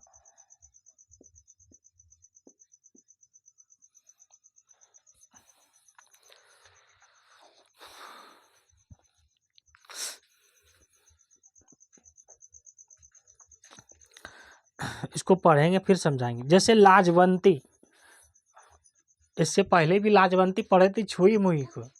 छुई मुई में जो है क्या है? गति है। छुई मुई में गति है ना, तो ये सजीव है। जिसमें गति है वो सजीव है। जो ऐसा पेड़ पौधा जिसमें जो है जो गति करते हैं वो सजीव है, वो कौन सा है? ऐसा क्वेश्चन बन सकता है, तो कौन सा है? छुई मुई लाजवंती के पौधों की पत्तियां को स्पर्श मतलब छूना, क्या परिवर्तन होता है? क्या सभी पत्तियां बंद होने लगती हैं? बिल्कुल होने लगती हैं। लाजवंती के पौधों में संवेदनशीलता, इसका अर्थ है कि लाजवंती स्पर्श के प्रति संवेदनशील है। मतलब जैसे तुम छुओगे वो कुछ ना कुछ जो है अपना रूप में परिवर्तन करते हैं, उसी को बोलते हैं संवेदन। इसी तरह जलेबी या इमली देखकर हमारे मुंह में पानी आने लगता है। या आप जलेबी देखते हो, कोई भी चीज़ मीठा देखते हो, जलेबी जो हमारे भारतीय राज्य की भारत देश की राष्ट्रीय जो है मिठाई कौन सा है? जलेबी है। कोई पूछ देगा कि आप किस देश में रहते हो, तो क्या बोलोगे उसको? भारत देश में। भारत की राजधानी कौन सा है? नई दिल्ली। राजधानी क्या होता है? राजधानी जहाँ से सरकारें शासन चलाती हैं ना, उसी को राजधानी बोलते हैं। वहीं से सारे कामकाज होते हैं सरकार के। जैसे झारखंड की राजधानी रांची है, बिहार की राजधानी पटना है, यूपी की राजधानी, उत्तर प्रदेश की राजधानी क्या है? लखनऊ है, मध्य प्रदेश की राजधानी कहाँ है? भोपाल है, महाराष्ट्र की राजधानी मुंबई है, गुजरात की राजधानी गांधीनगर है। राजधानी भी पढ़ाएंगे अगली कक्षा में। अगली कक्षा में नहीं, इसी कक्षा में जब इसकी जो है वो सामाजिक शास्त्र वगैरह पढ़ाएंगे तब। इसी तरह जलेबी या इमली देखकर हमारे मुंह में पानी आने लगती हैं। हमारी आंखें में धूलकण चला जाता है, आँखों में धूलकण जाता है ना, तो आंखें स्वयं ही बंद होने लगती हैं। यह सभी परिवर्तन के प्रति हमारे अनुक्रिया दिखाई देते हैं। इस परिवर्तनों को हम उद्दीपन, उसी को क्या बोलते हैं? उद्दीपन, उद्दीपन, उद्दीपन, ये चीज हम नहीं पढ़ाए थे। अरे सजीव में ये भी लक्षण होता है। जैसे छुए मुए को छुए तो उसमें संवेदनशीलता आया ना, मुरझाया फिर फैल गया। उसी तरह हम लोग में भी क्या संवेदनशील आया, जैसे इमली का देखते हैं तो देखते हैं कि खट्टा है रे, चलो खा लेंगे, थोड़ा सा खट्टा खाएंगे, या मिठाई जो चीज़ का देखते हैं तो चलो मीठा खाएंगे, मतलब आप में संवेदन आ जाता है। तो इसी संवेदन को, जैसे आंख में धूलकण जाते हैं तो आप आंख के पल को क्या करते हैं, इस तरह करने लगते हो, या कहीं पे आपको चींटी वगैरह काट लिया, मक्खी काट लिया, मच्छर काट लिया, तो आपको संवेदन हो जाता है कि हमको कहीं पे काट लिया, आपके पास ब्रेन के पास पहुंच जाते हैं। इसी को बोलते हैं उद्दीपन। इसी को क्या बोलते हैं, उद्दीपन। अंग्रेजी में STIMULUS,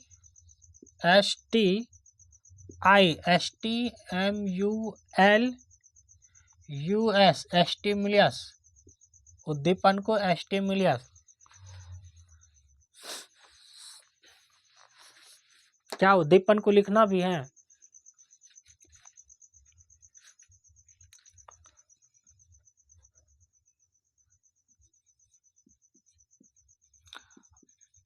आंख में धूल के कण जाने से, आंख में धूल के कण जाने से, हाँ,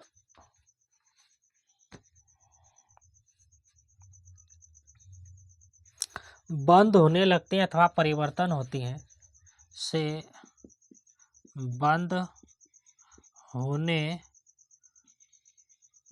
लगती है या परिवर्तन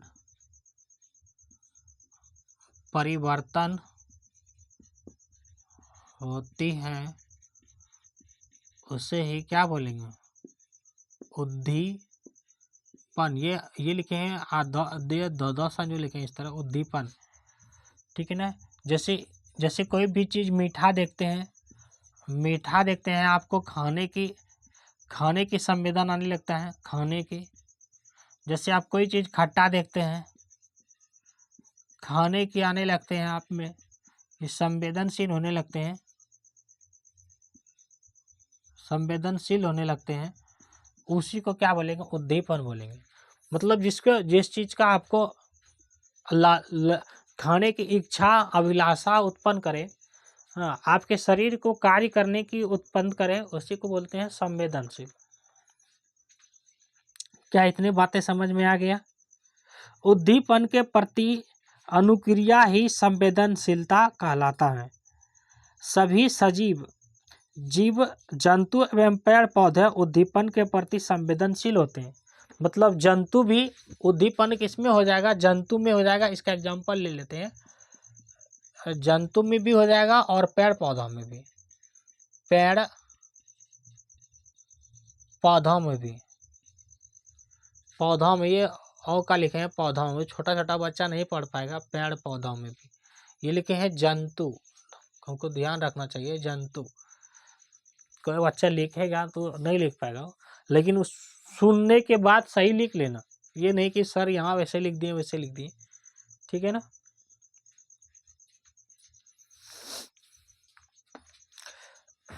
आगे पढ़ेंगे, इसको मिटा दें। सजीवों में उत्सर्जन भी समझाए थे। जो भी अपशिष्ट का मतलब क्या हो गया, जो शरीर में वेस्ट है, मतलब जो काम के योग्य नहीं है, उसको बाहर निकाल देना है, क्या होता है, उत्सर्जन होता है। उसको क्या बोलेंगे, उत्सर्जन।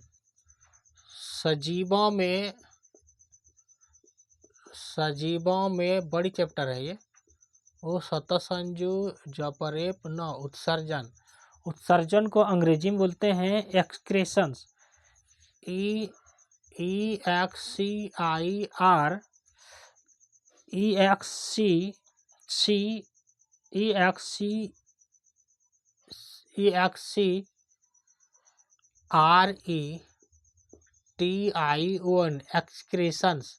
एक्सक्रेशंस मतलब क्या होता है, उत्सर्जन। सजीव का मतलब क्या हो जाएगा, लिविंग। तो विभिन्न मतलब अलग अलग, विभिन्न जैविक क्रियाओं।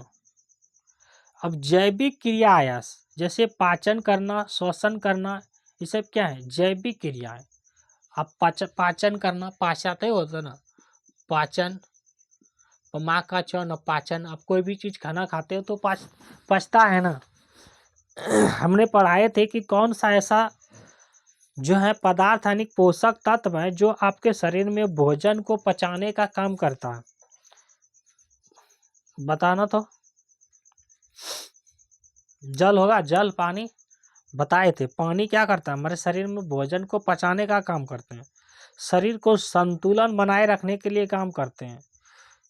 जो भोजन नहीं पचा उसको बाहर निकालने का काम कौन करता है?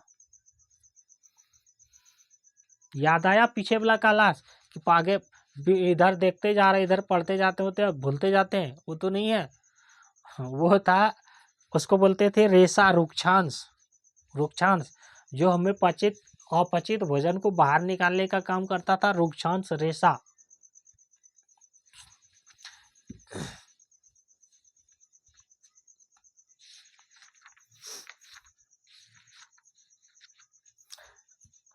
अच्छा, उत्सर्जन देख लेते हैं फिर पढ़ेंगे, इसको पढ़ लेते हैं उसके बाद बताएंगे। विभिन्न जैविक क्रियाओं जैसे पाचन एवं श्वसन के फलस्वरूप सभी प्राणियों के शरीर में अवशिष्ट पदार्थ बनते हैं। सभी प्राणी, हम लोग क्या है, प्राणी ही है ना, जंतु है तो प्राणी भी है, प्राणी भी गलेंगे जंतु को ही। सभी प्राणियों में अवशिष्ट पदार्थ बनते हैं, हम लोग में भी अवशिष्ट पदार्थ है, जैसे पसीना अवशिष्ट पदार्थ है, मल मूत्र अवशिष्ट पदार्थ है। क्या उसको यूज करते हो अवशिष्ट पदार्थ को? नहीं करते हो। इसका शरीर में कई उपयोग नहीं होता, मतलब इसका कोई उपयोग नहीं होता। ये शरीर में उपस्थित रहेंगे तो हानि पहुंचाएंगे, अतः इसका शरीर से बाहर निकल जाना आवश्यक होता है। हानिकारक अवशिष्ट पदार्थों को शरीर के बाहर निकलना, इस क्रिया को उत्सर्जन एक्सक्रीशंस कहते हैं। जंतु या पदार्थ मल मूत्र, पसीना, कार्बन डाइऑक्साइड गैस मुक्त होना आदि के माध्यम से उत्सर्जन करते हैं। जैसे हम लोग में उत्सर्जन कैसे करते हैं, मनुष्य में उत्सर्जन, मनुष्य में उत्सर्जन क्या करते हैं? जैसे मल मतलब समझते हो, जो टॉयलेट करते उसी को मल बोलते हैं। मल, मूत्र, पसीना, CO2, कार्बन डाइऑक्साइड,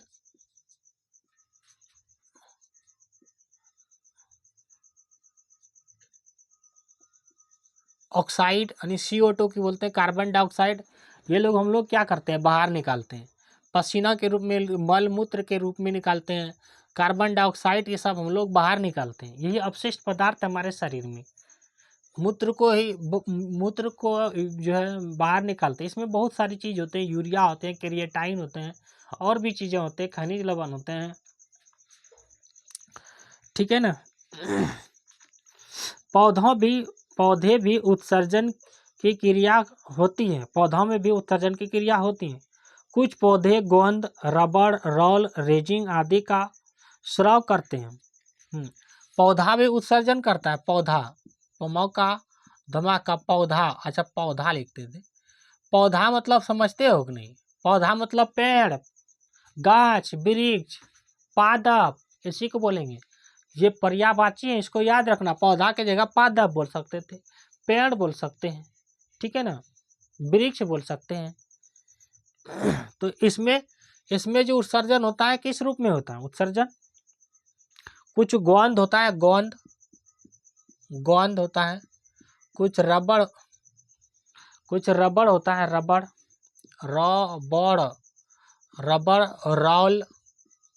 रोल को रेजिंग भी बोलते हैं। रोल को क्या बोलते हैं? रेजिंग का स्राव करते हैं, का स्वर संजो आ का वो स्राव करते हैं। ये सारे काम की चीज़ है, गोंद, रबड़, रोल, रेजिंग, ये सब। ये देखो ये रोल है, ये वाला भाग में दिखाई अगर दे रहे हैं, ऊपर वाला में, ये वाला में रोल है, ऊपर वाला में, नीचे वाला गोंद है। देखो नीचे ने दूध की तरह जो दिखाई पड़ रहा है ना, उसको छील दिए हैं, पेड़ को निकाल रहे हैं, गोंद, ठीक है ना। यह पौधों के लिए हानिकारक है परंतु हमारे लिए उपयोगी है। अगर ये सब पौधों में रह जाएगा, गोंद रबड़ रहल, तो उसके लिए हानिकारक है, लेकिन हम तो इसका उपयोग करते हैं, ये उपयोगी है।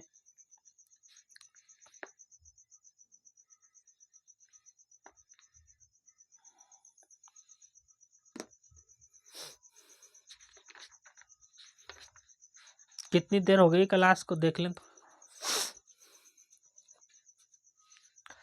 1 घंटा 20 मिनट।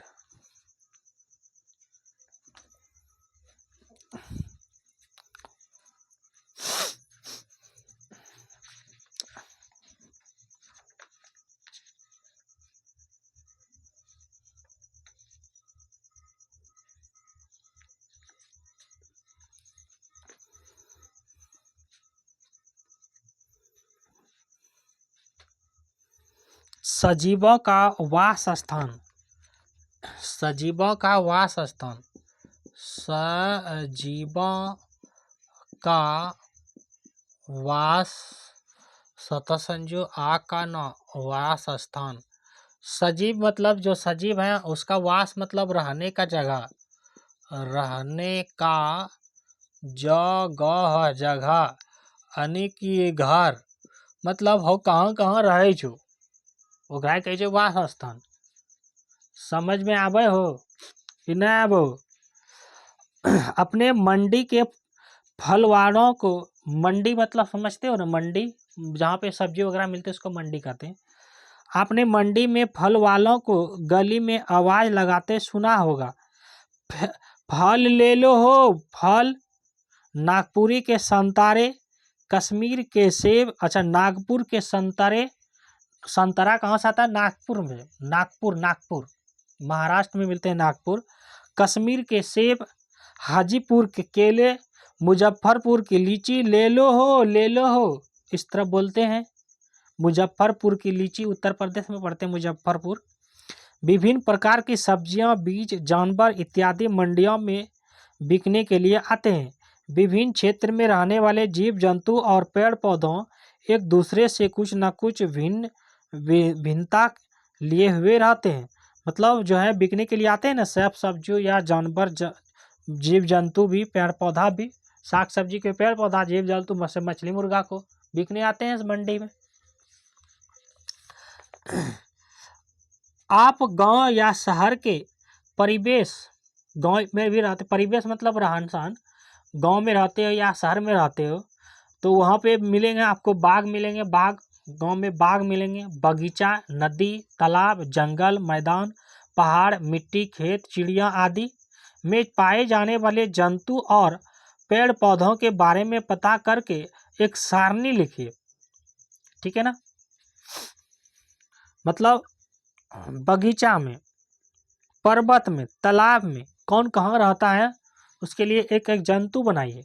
जैसे गिलहरी, गिलहरी कहाँ रहते हैं? गिलहरी तो गिलहरी रहते हैं पर्वतीय क्षेत्र में, जैसे पेड़ वगैरह में रहते हैं ना, आम के पेड़ में ज़्यादा रहते हैं गिलहरी। ऊँट कहाँ रहते हैं? मरुस्थल क्षेत्र में ऊँट मिलते हैं।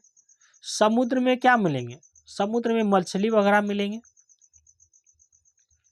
खेत में क्या मिलेंगे? केचुआ, केचुआ मतलब समझते हो? खेत में क्या मिलेंगे? केचुआ। क्या इसको बनाना है कि बना लोगे? केचुआ मतलब समझते हो? केचुआ मतलब वो जो निकलते हैं ना, जिसको जोगटी बोलते हैं, जोगटी। हमने इसी कक्षा में पढ़े थे कि केचुआ, केचुआ कमे का चौरसू का आ का केचुआ, जिसको जोगटी कहते हो, ये जब मिट्टी में रहते हैं और बारिश जब होने लगती है तो ये मिट्टी से बाहर आ जाती है। ऐसा क्यों?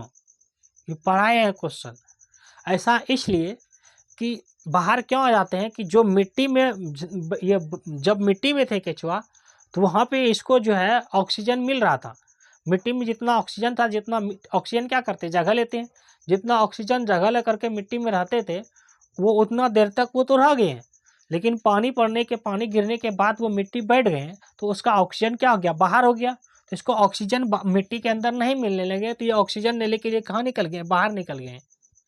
ये क्वेश्चन बनते हैं कि केचुआ मिट्टी से बाहर क्यों आ जाते हैं बरसात के समय में? तो क्योंकि उसको ऑक्सीजन नहीं मिलने लगते हैं तो बाहर आ जाते हैं। मिट्टी का ऑक्सीजन क्या हो गया? बाहर आ गया।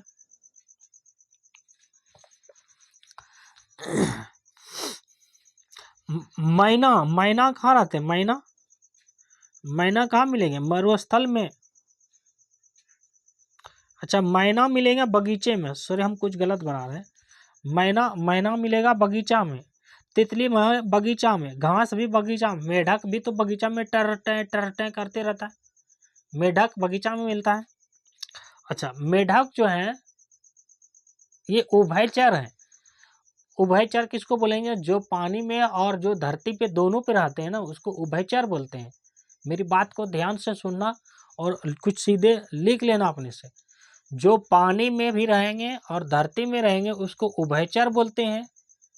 जैसे मगरमच्छ पानी में भी कुछ समय रह जाएंगे, कुछ धरती पे जमीन पे भी रह जाते हैं, उसको उभयचर बोलेंगे।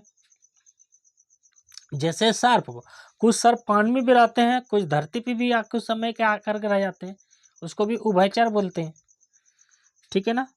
तो बगीचा में क्या मिलेंगे लिख लेना। गिलहरी बगीचा में, मैना, तितली, घास, मेढक। पर्वतीय क्षेत्र में, पर्वतीय क्षेत्र में क्या मिलेंगे? पेड़ पौधा मिलेंगे। मरुस्थल में ऊंट मिलेंगे, नागफनी मिलेंगे और बबूल मिलेंगे। समुद्र में मछली मिलेंगे, क्या कहते हैं, समुद्री घोड़ा मिलेंगे। ठीक है ना? खेत में केचुआ, चूहा और घास। तालाब में मछली, मछली भी और मेढक भी। तालाब में सर्प भी। लिख लेना, इस तरह बना लेना, इस तरह बताते हैं। यहाँ पे एक जगह लिख लेंगे बगीचा, ब गदीर्घी का चमा का बगीचा। उसके बाद यहाँ पे लिखेंगे पर्वतीय क्षेत्र, फिर लिख लेंगे मैदानी क्षेत्र, इस तरह लिख लेंगे। और जिसमें जो बोले हैं उसको इसमें भर लेना, ये अपने से बना लेना थोड़ा।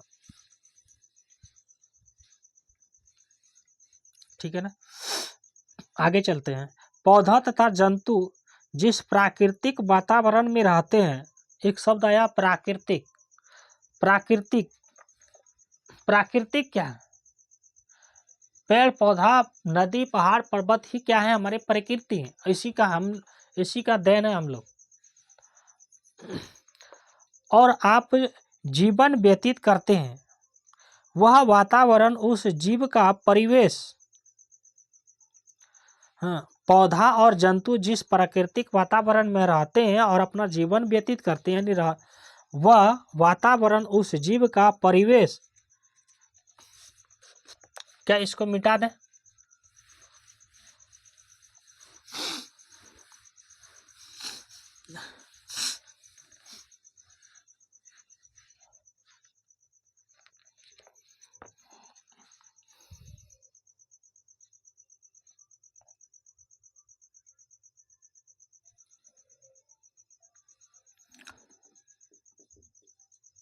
पौधा तथा जंतु, पौधा तथा जंतु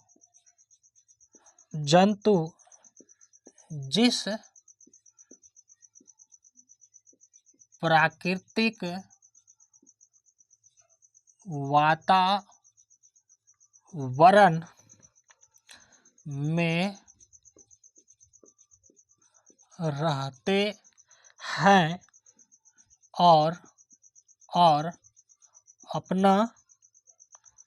और अपना जीवन यापन करते हैं, जीवन व्यतीत लिख लो,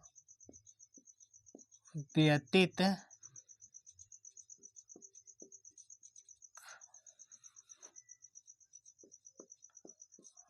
करते हैं। हाँ, वह वातावरण उस जीव का परिवेश कहलाता है। वह वातावरण उस जीव का परिवेश, अंग्रेजी में इसको बोलते हैं SURROUNDING,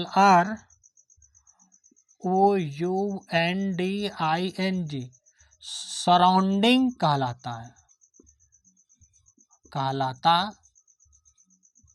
है, सराउंडिंग कहलाता है। बात को समझा? आप जिस जिस भी परिवेश में, जिस वातावरण में रहते हो, हाँ, और जिस अवस्था में रहते हो और जीवन यापन करते हो, उसी को परिवेश कहते हैं, सराउंडिंग कहते हैं। वह स्थान जहाँ से किसी सजीव को पर्याप्त भोजन, सुरक्षा, प्रजनन की अनुकूल दशा उपलब्ध होती हैं, उस जीव का आवास या वास स्थान कहते हैं। मतलब आप जहाँ पे भी रहते हो वहाँ पे आपको भोजन मिल जाए, आपको सुरक्षा मिल जाए, किसी तरह का खतरा ना हो, आपकी वहाँ पे प्रजनन हो, मतलब जो है जन्म देने की क्षमता हो, और आपको अनुकूल दशा, अनुकूल मतलब जिस स्थिति में आप अपने सुधार की ओर, अपने जीवन को सही दिशा की ओर ले जाते हैं, उसी को अनुकूल बोलते हैं। ऐसे अवस्था जहाँ पे मिलते हैं उसी को वास स्थान कहते हैं। जैसे घर क्या है, एक वास स्थान है। हम लोग के लिए वास स्थान क्या है, घर है। मछली के लिए वास स्थान क्या है, समुद्र है, जल है, पानी है। पानी है, कोई जरूरी नहीं कि समुद्र में मछली रहेंगे, तालाब में मछली रहेंगे, यानी कि वो पानी है। पशु पक्षी के लिए क्या, पक्षी के लिए क्या है, पेड़ वगैरह है।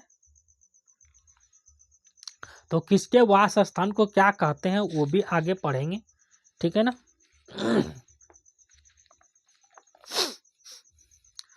हाँ, आवास परिवेश का ही एक भाग है, आवास परिवेश का ही एक भाग है। जैसे हाथी स्थल या जमीन पर रहने वाले प्राणी है। हाथी स्थल या जमीन पर रहने वाली क्या है, प्राणी है। प्राणी हमेशा जो है स्त्रीलिंग होती है। जो जंगल में रहता है, हाथी कहाँ रहेगा, जंगल में। इसी प्रकार केचुआ भी स्थलीय प्राणी है, लेकिन यह गीली मिट्टी में सुरंग बना के रहता है। केचुआ गीली मिट्टी में सुरंग बना कर रहते हैं, और वो भी जब मिट्टी बैठ जाएंगे तो वो बाहर निकल जाते हैं। क्वेश्चन पूछेंगे केचुआ कहाँ रहते हैं, मिट्टी में। हाथी कहाँ रहते हैं, जंगल में। हम लोग कहाँ रहते हैं, घर में। हमारे हमारे घर के आसपास मनुष्य रहते हैं। अच्छा, साथ ही कई जानवर, पक्षी, कीड़े मकोड़े, पौधे, फूल, घास, फूल, फूस आदि भी उसी परिवेश में रहते हैं। मतलब जहाँ हम लोग रहते हैं वहाँ पे जानवर भी रखते हो ना घर में, पक्षी भी तो रखते हो ना, कीड़े मकोड़े भी घर में दिखते हैं ना, कीड़ा मकोड़ा, जैसे चींटी आ गया, कीड़ा ही है ना। जैसे पौधा भी लगाते हैं, फूल वगैरह भी, घास भी हो जाता है आंगन वगैरह में, कहीं भी उसी परिवेश में रहते हैं। इस प्रकार एक ही वास स्थल यानी आवास में कई जीव संयुक्त रूप से रहते हैं। संयुक्त मतलब मिलके, दो प्रत्यक्ष और अप्रत्यक्ष, प्रत्यक्ष मतलब सामने, अप्रत्यक्ष मतलब असामने, रूप से एक दूसरे की मदद करते हैं। प्रत्यक्ष मतलब तुम हमको खाने के लिए, तुम हमको खाने के लिए दिए तो हम तुमको भी खाने के लिए दे दिए, हाथ से हाथ में। और अप्रत्यक्ष मतलब हम आपको ऑक्सीजन दिए तो आप हमको कार्बन डाइऑक्साइड दिए, हम आपको कार्बन डाइऑक्साइड दिए तो वो हमको ऑक्सीजन दिए, और अप्रत्यक्ष हो गया। जैसे हाथी जंगल में रहता है तो उसके लिए भोजन पानी भी वहीं उपलब्ध रहता है। शेर को जंगल में ही रहना, अपना शिकार मिल जाता है। किसी भी वास स्थल में केवल सजीव ही नहीं, निर्जीव भी रहते हैं। क्या वास स्थल में केवल सजीव ही रहेगा, निर्जीव भी तो रह सकते हैं। हम लोग के घर में निर्जीव है कि नहीं, कुर्सी, टेबल, पंखा, ये सब निर्जीव है, हम लोग सजीव हैं। तो वही वास स्थल में वो भी है और हम भी हैं।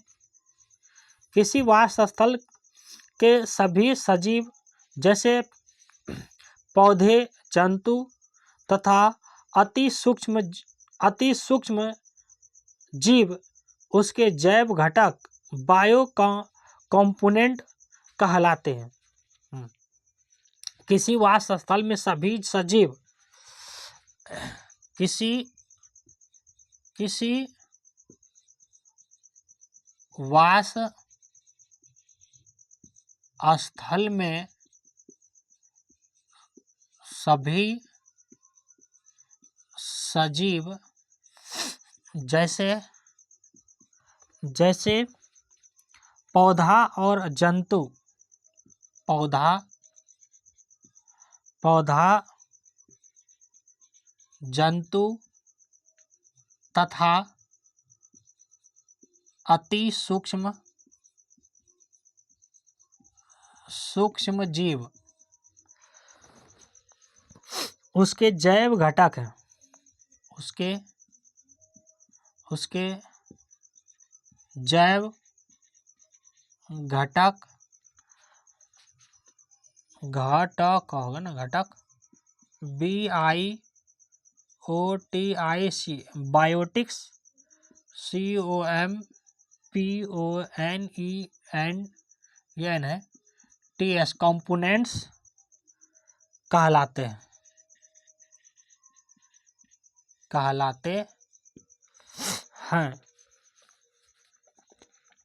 मेरी बात को समझा?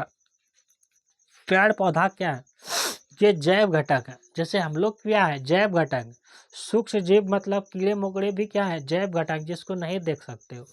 मतलब जो जन्म लिया फिर से वो मिट्टी में मिल जाता है, समाप्त हो जाता है, वो जैव घटक है। और जो नहीं होता है वो अजैव घटक है। मेरी बात समझ में आ रहा है? जैसे पौधा, पेड़ क्या होता है, धीरे धीरे कुछ बहुत सा, जैसे जंगल है तो वो काट दिए, काटने के बाद कहीं रख देते हैं, तो कुछ दिनों के बाद देखना वो धीरे धीरे समाप्त होने लगते हैं। उस सूक्ष्म जीव में उसको खा जाते हैं तो समाप्त हो जाते हैं, तो वो जैव घटक है। जैसे हम लोग का हड्डी, जैसे पशु पक्षी का, जैसे बैल उगल भैंस उस कहीं मर जाते हैं, उसको फेंक देते हैं गड्ढा में या गाड़ देते हैं, और कुछ दिन के बाद देखना वहाँ पे उसका एक भी हड्डी भी नहीं दिखाई नहीं देंगे, बॉन्ड भी दिखाई नहीं देते हैं। वो क्या हो जाता है, धीरे धीरे सूक्ष्म भी उसको खा जाते हैं, मतलब वो खत्म हो जाता है, तो वो जैव घटक है। निर्जीव पदार्थ जैसे मिट्टी, जल, वायु, प्रकाश, ताप आदि उसके अजैव घटक हैं। मिट्टी कभी समाप्त होंगे नहीं, जल कभी समाप्त होंगे नहीं, वायु, हवा, प्रकाश, धूप, ताप मतलब ताप ही, ये उसके अजैव घटक हैं। हाँ, एबियोटिक्स कंपोनेंट कहलाते हैं। दोनों घटक एक दूसरे के पूरक हैं और एक दूसरे के लिए आवश्यक भी हैं। अजैव घटक क्या है? ये तो हो गया जैव घटक। निर्जीव पदार्थ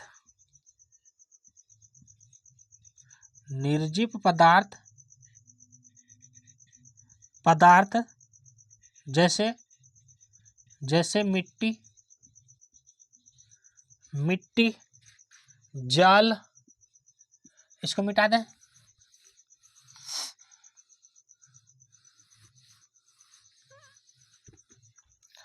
जल,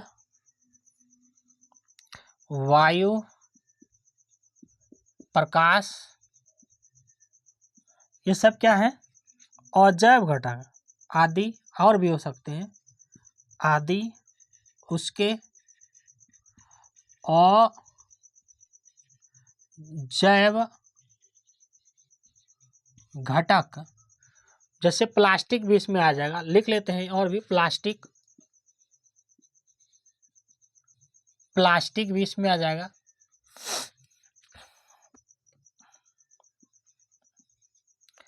बियोटिक्स को हो जाएगा एबियोटिक्स, ABIOTIC, एबियोटिक्स, COMPONENTS कंपोनेंट्स कहलाते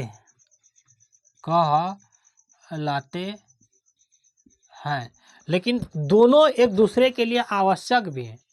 इसके बिना ये नहीं है, इसके बिना ये नहीं है, दोनों आवश्यक भी हैं। दोनों घटक एक दूसरे के लिए पूरक हैं और एक दूसरे के लिए आवश्यक भी हैं।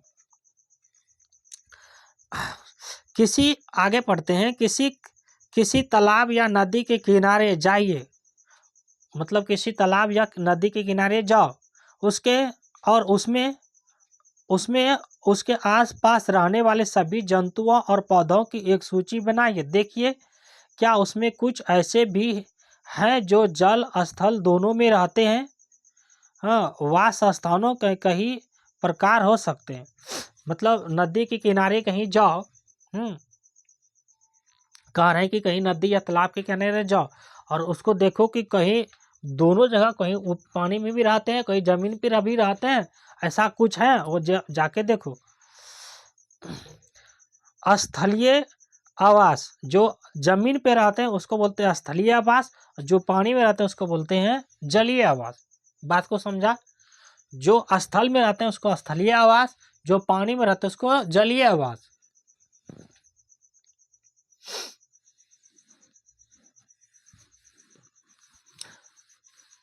जो स्थल में रहते हैं, स्थल में रहेंगे उसको बोलेंगे स्थलीय आवास, स्थलीय आवास। और जो पानी में रहेंगे, जो पानी में नहीं जल में रहेंगे उसको बोलेंगे जल और दीर्घी का ये जलीय आवास। समझ में आया? स्थल या जमीन पर रहने वाले जीवों का आवास स्थलीय आवास, स्थल को ही जमीन बोलते हैं। जैसे वन कहाँ रहेंगे? स्थल पे।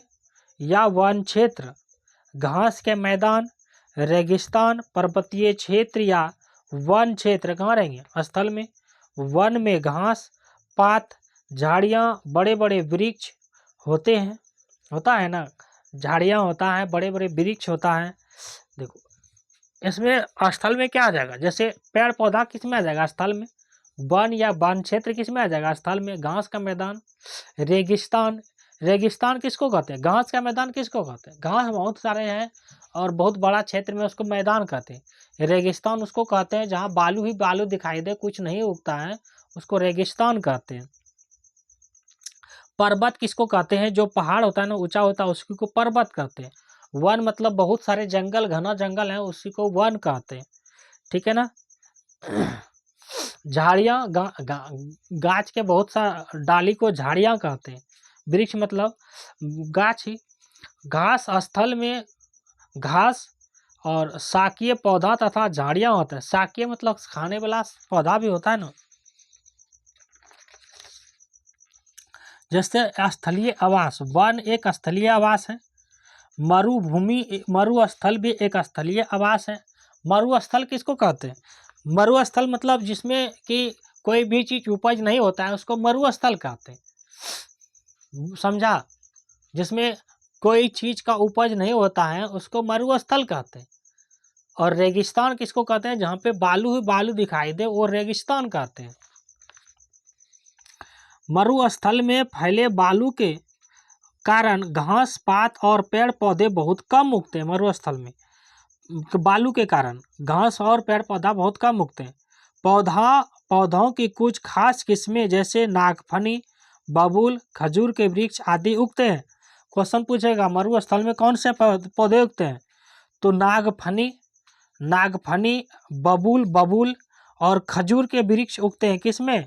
मरुस्थल में। लिख लेना, मरुस्थल में।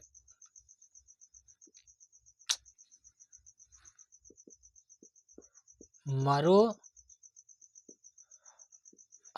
के पौधे कौन सा हो जाएगा?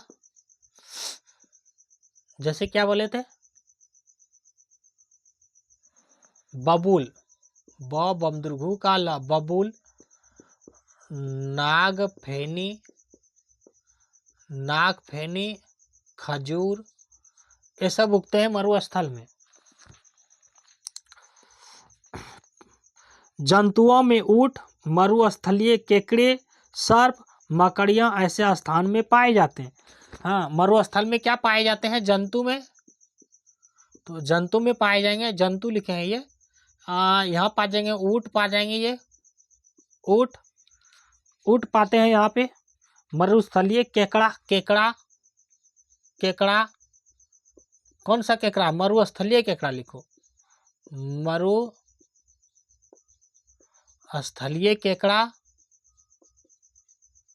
केकड़ा मतलब समझते हैं ना, वही कोकड़ा जिसको कहते हैं। सर्प भी यहाँ पे मिलेंगे, सर्प मतलब सांस। और मकड़ियाँ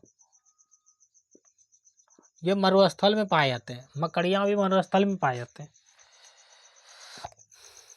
पर्वतीय क्षेत्र में सघन वन पाते हैं। सघन मतलब बहुत घना है ना, उसमें वन कहते हैं, जंगल को ही वन कहते हैं। एवं ऊंचाई पर हिमपात भी होती है। और ऊंचाई पर हिम मतलब बर्फ, पात मतलब गिरना, तो बर्फ का गिरना ही हिमपात कहते हैं। किसमें पाए जाएंगे? पर्वत क्षेत्र में, जो ऊंचा है। पर्वत मतलब जो ऊंचा है, इस तरह ऊंचा है, ये ऊंचा पर्वत है, ये जमीन है, यहाँ पे हिमपात ही मिलेगा ना। इन क्षेत्रों में पौधों व जंतुओं की अनेक प्रजाति पाए जाते हैं। किसमें? पर्वतीय क्षेत्र में। जैसे जलीय एक्वेटिक, जल को बोलते हैं एक्वेटिक, जलीय में जो जल में रहते हैं उसको एक्वेटिक। जलीय आवास दो तरह के होते हैं, मृदु जल या मीठे जल वाले जैसे नदी, तालाब, झील, नहर, नाले। इसमें तरह तरह के जीव जंतु और वनस्पतियां पाई जाती हैं। समुद्री या लवण जलीय वास स्थल, लवणीय या खारे जल में कई प्रजातियों की मछलियां, केकड़ा, ऑक्टोपस, डॉल्फिन, व्हेल तथा कई प्रकार की वनस्पतियां मिलती हैं। थोड़ा सा जो है ना ये टॉपिक लंबा है, हमको लगता है कि आज छोड़ देते हैं। यहाँ से हम लोग जलीय एक्वेटिक से फिर से पढ़ेंगे। ये टॉपिक बहुत लंबा है, ठीक है ना। अभी बहुत चीज़ें हैं इसमें बाकी,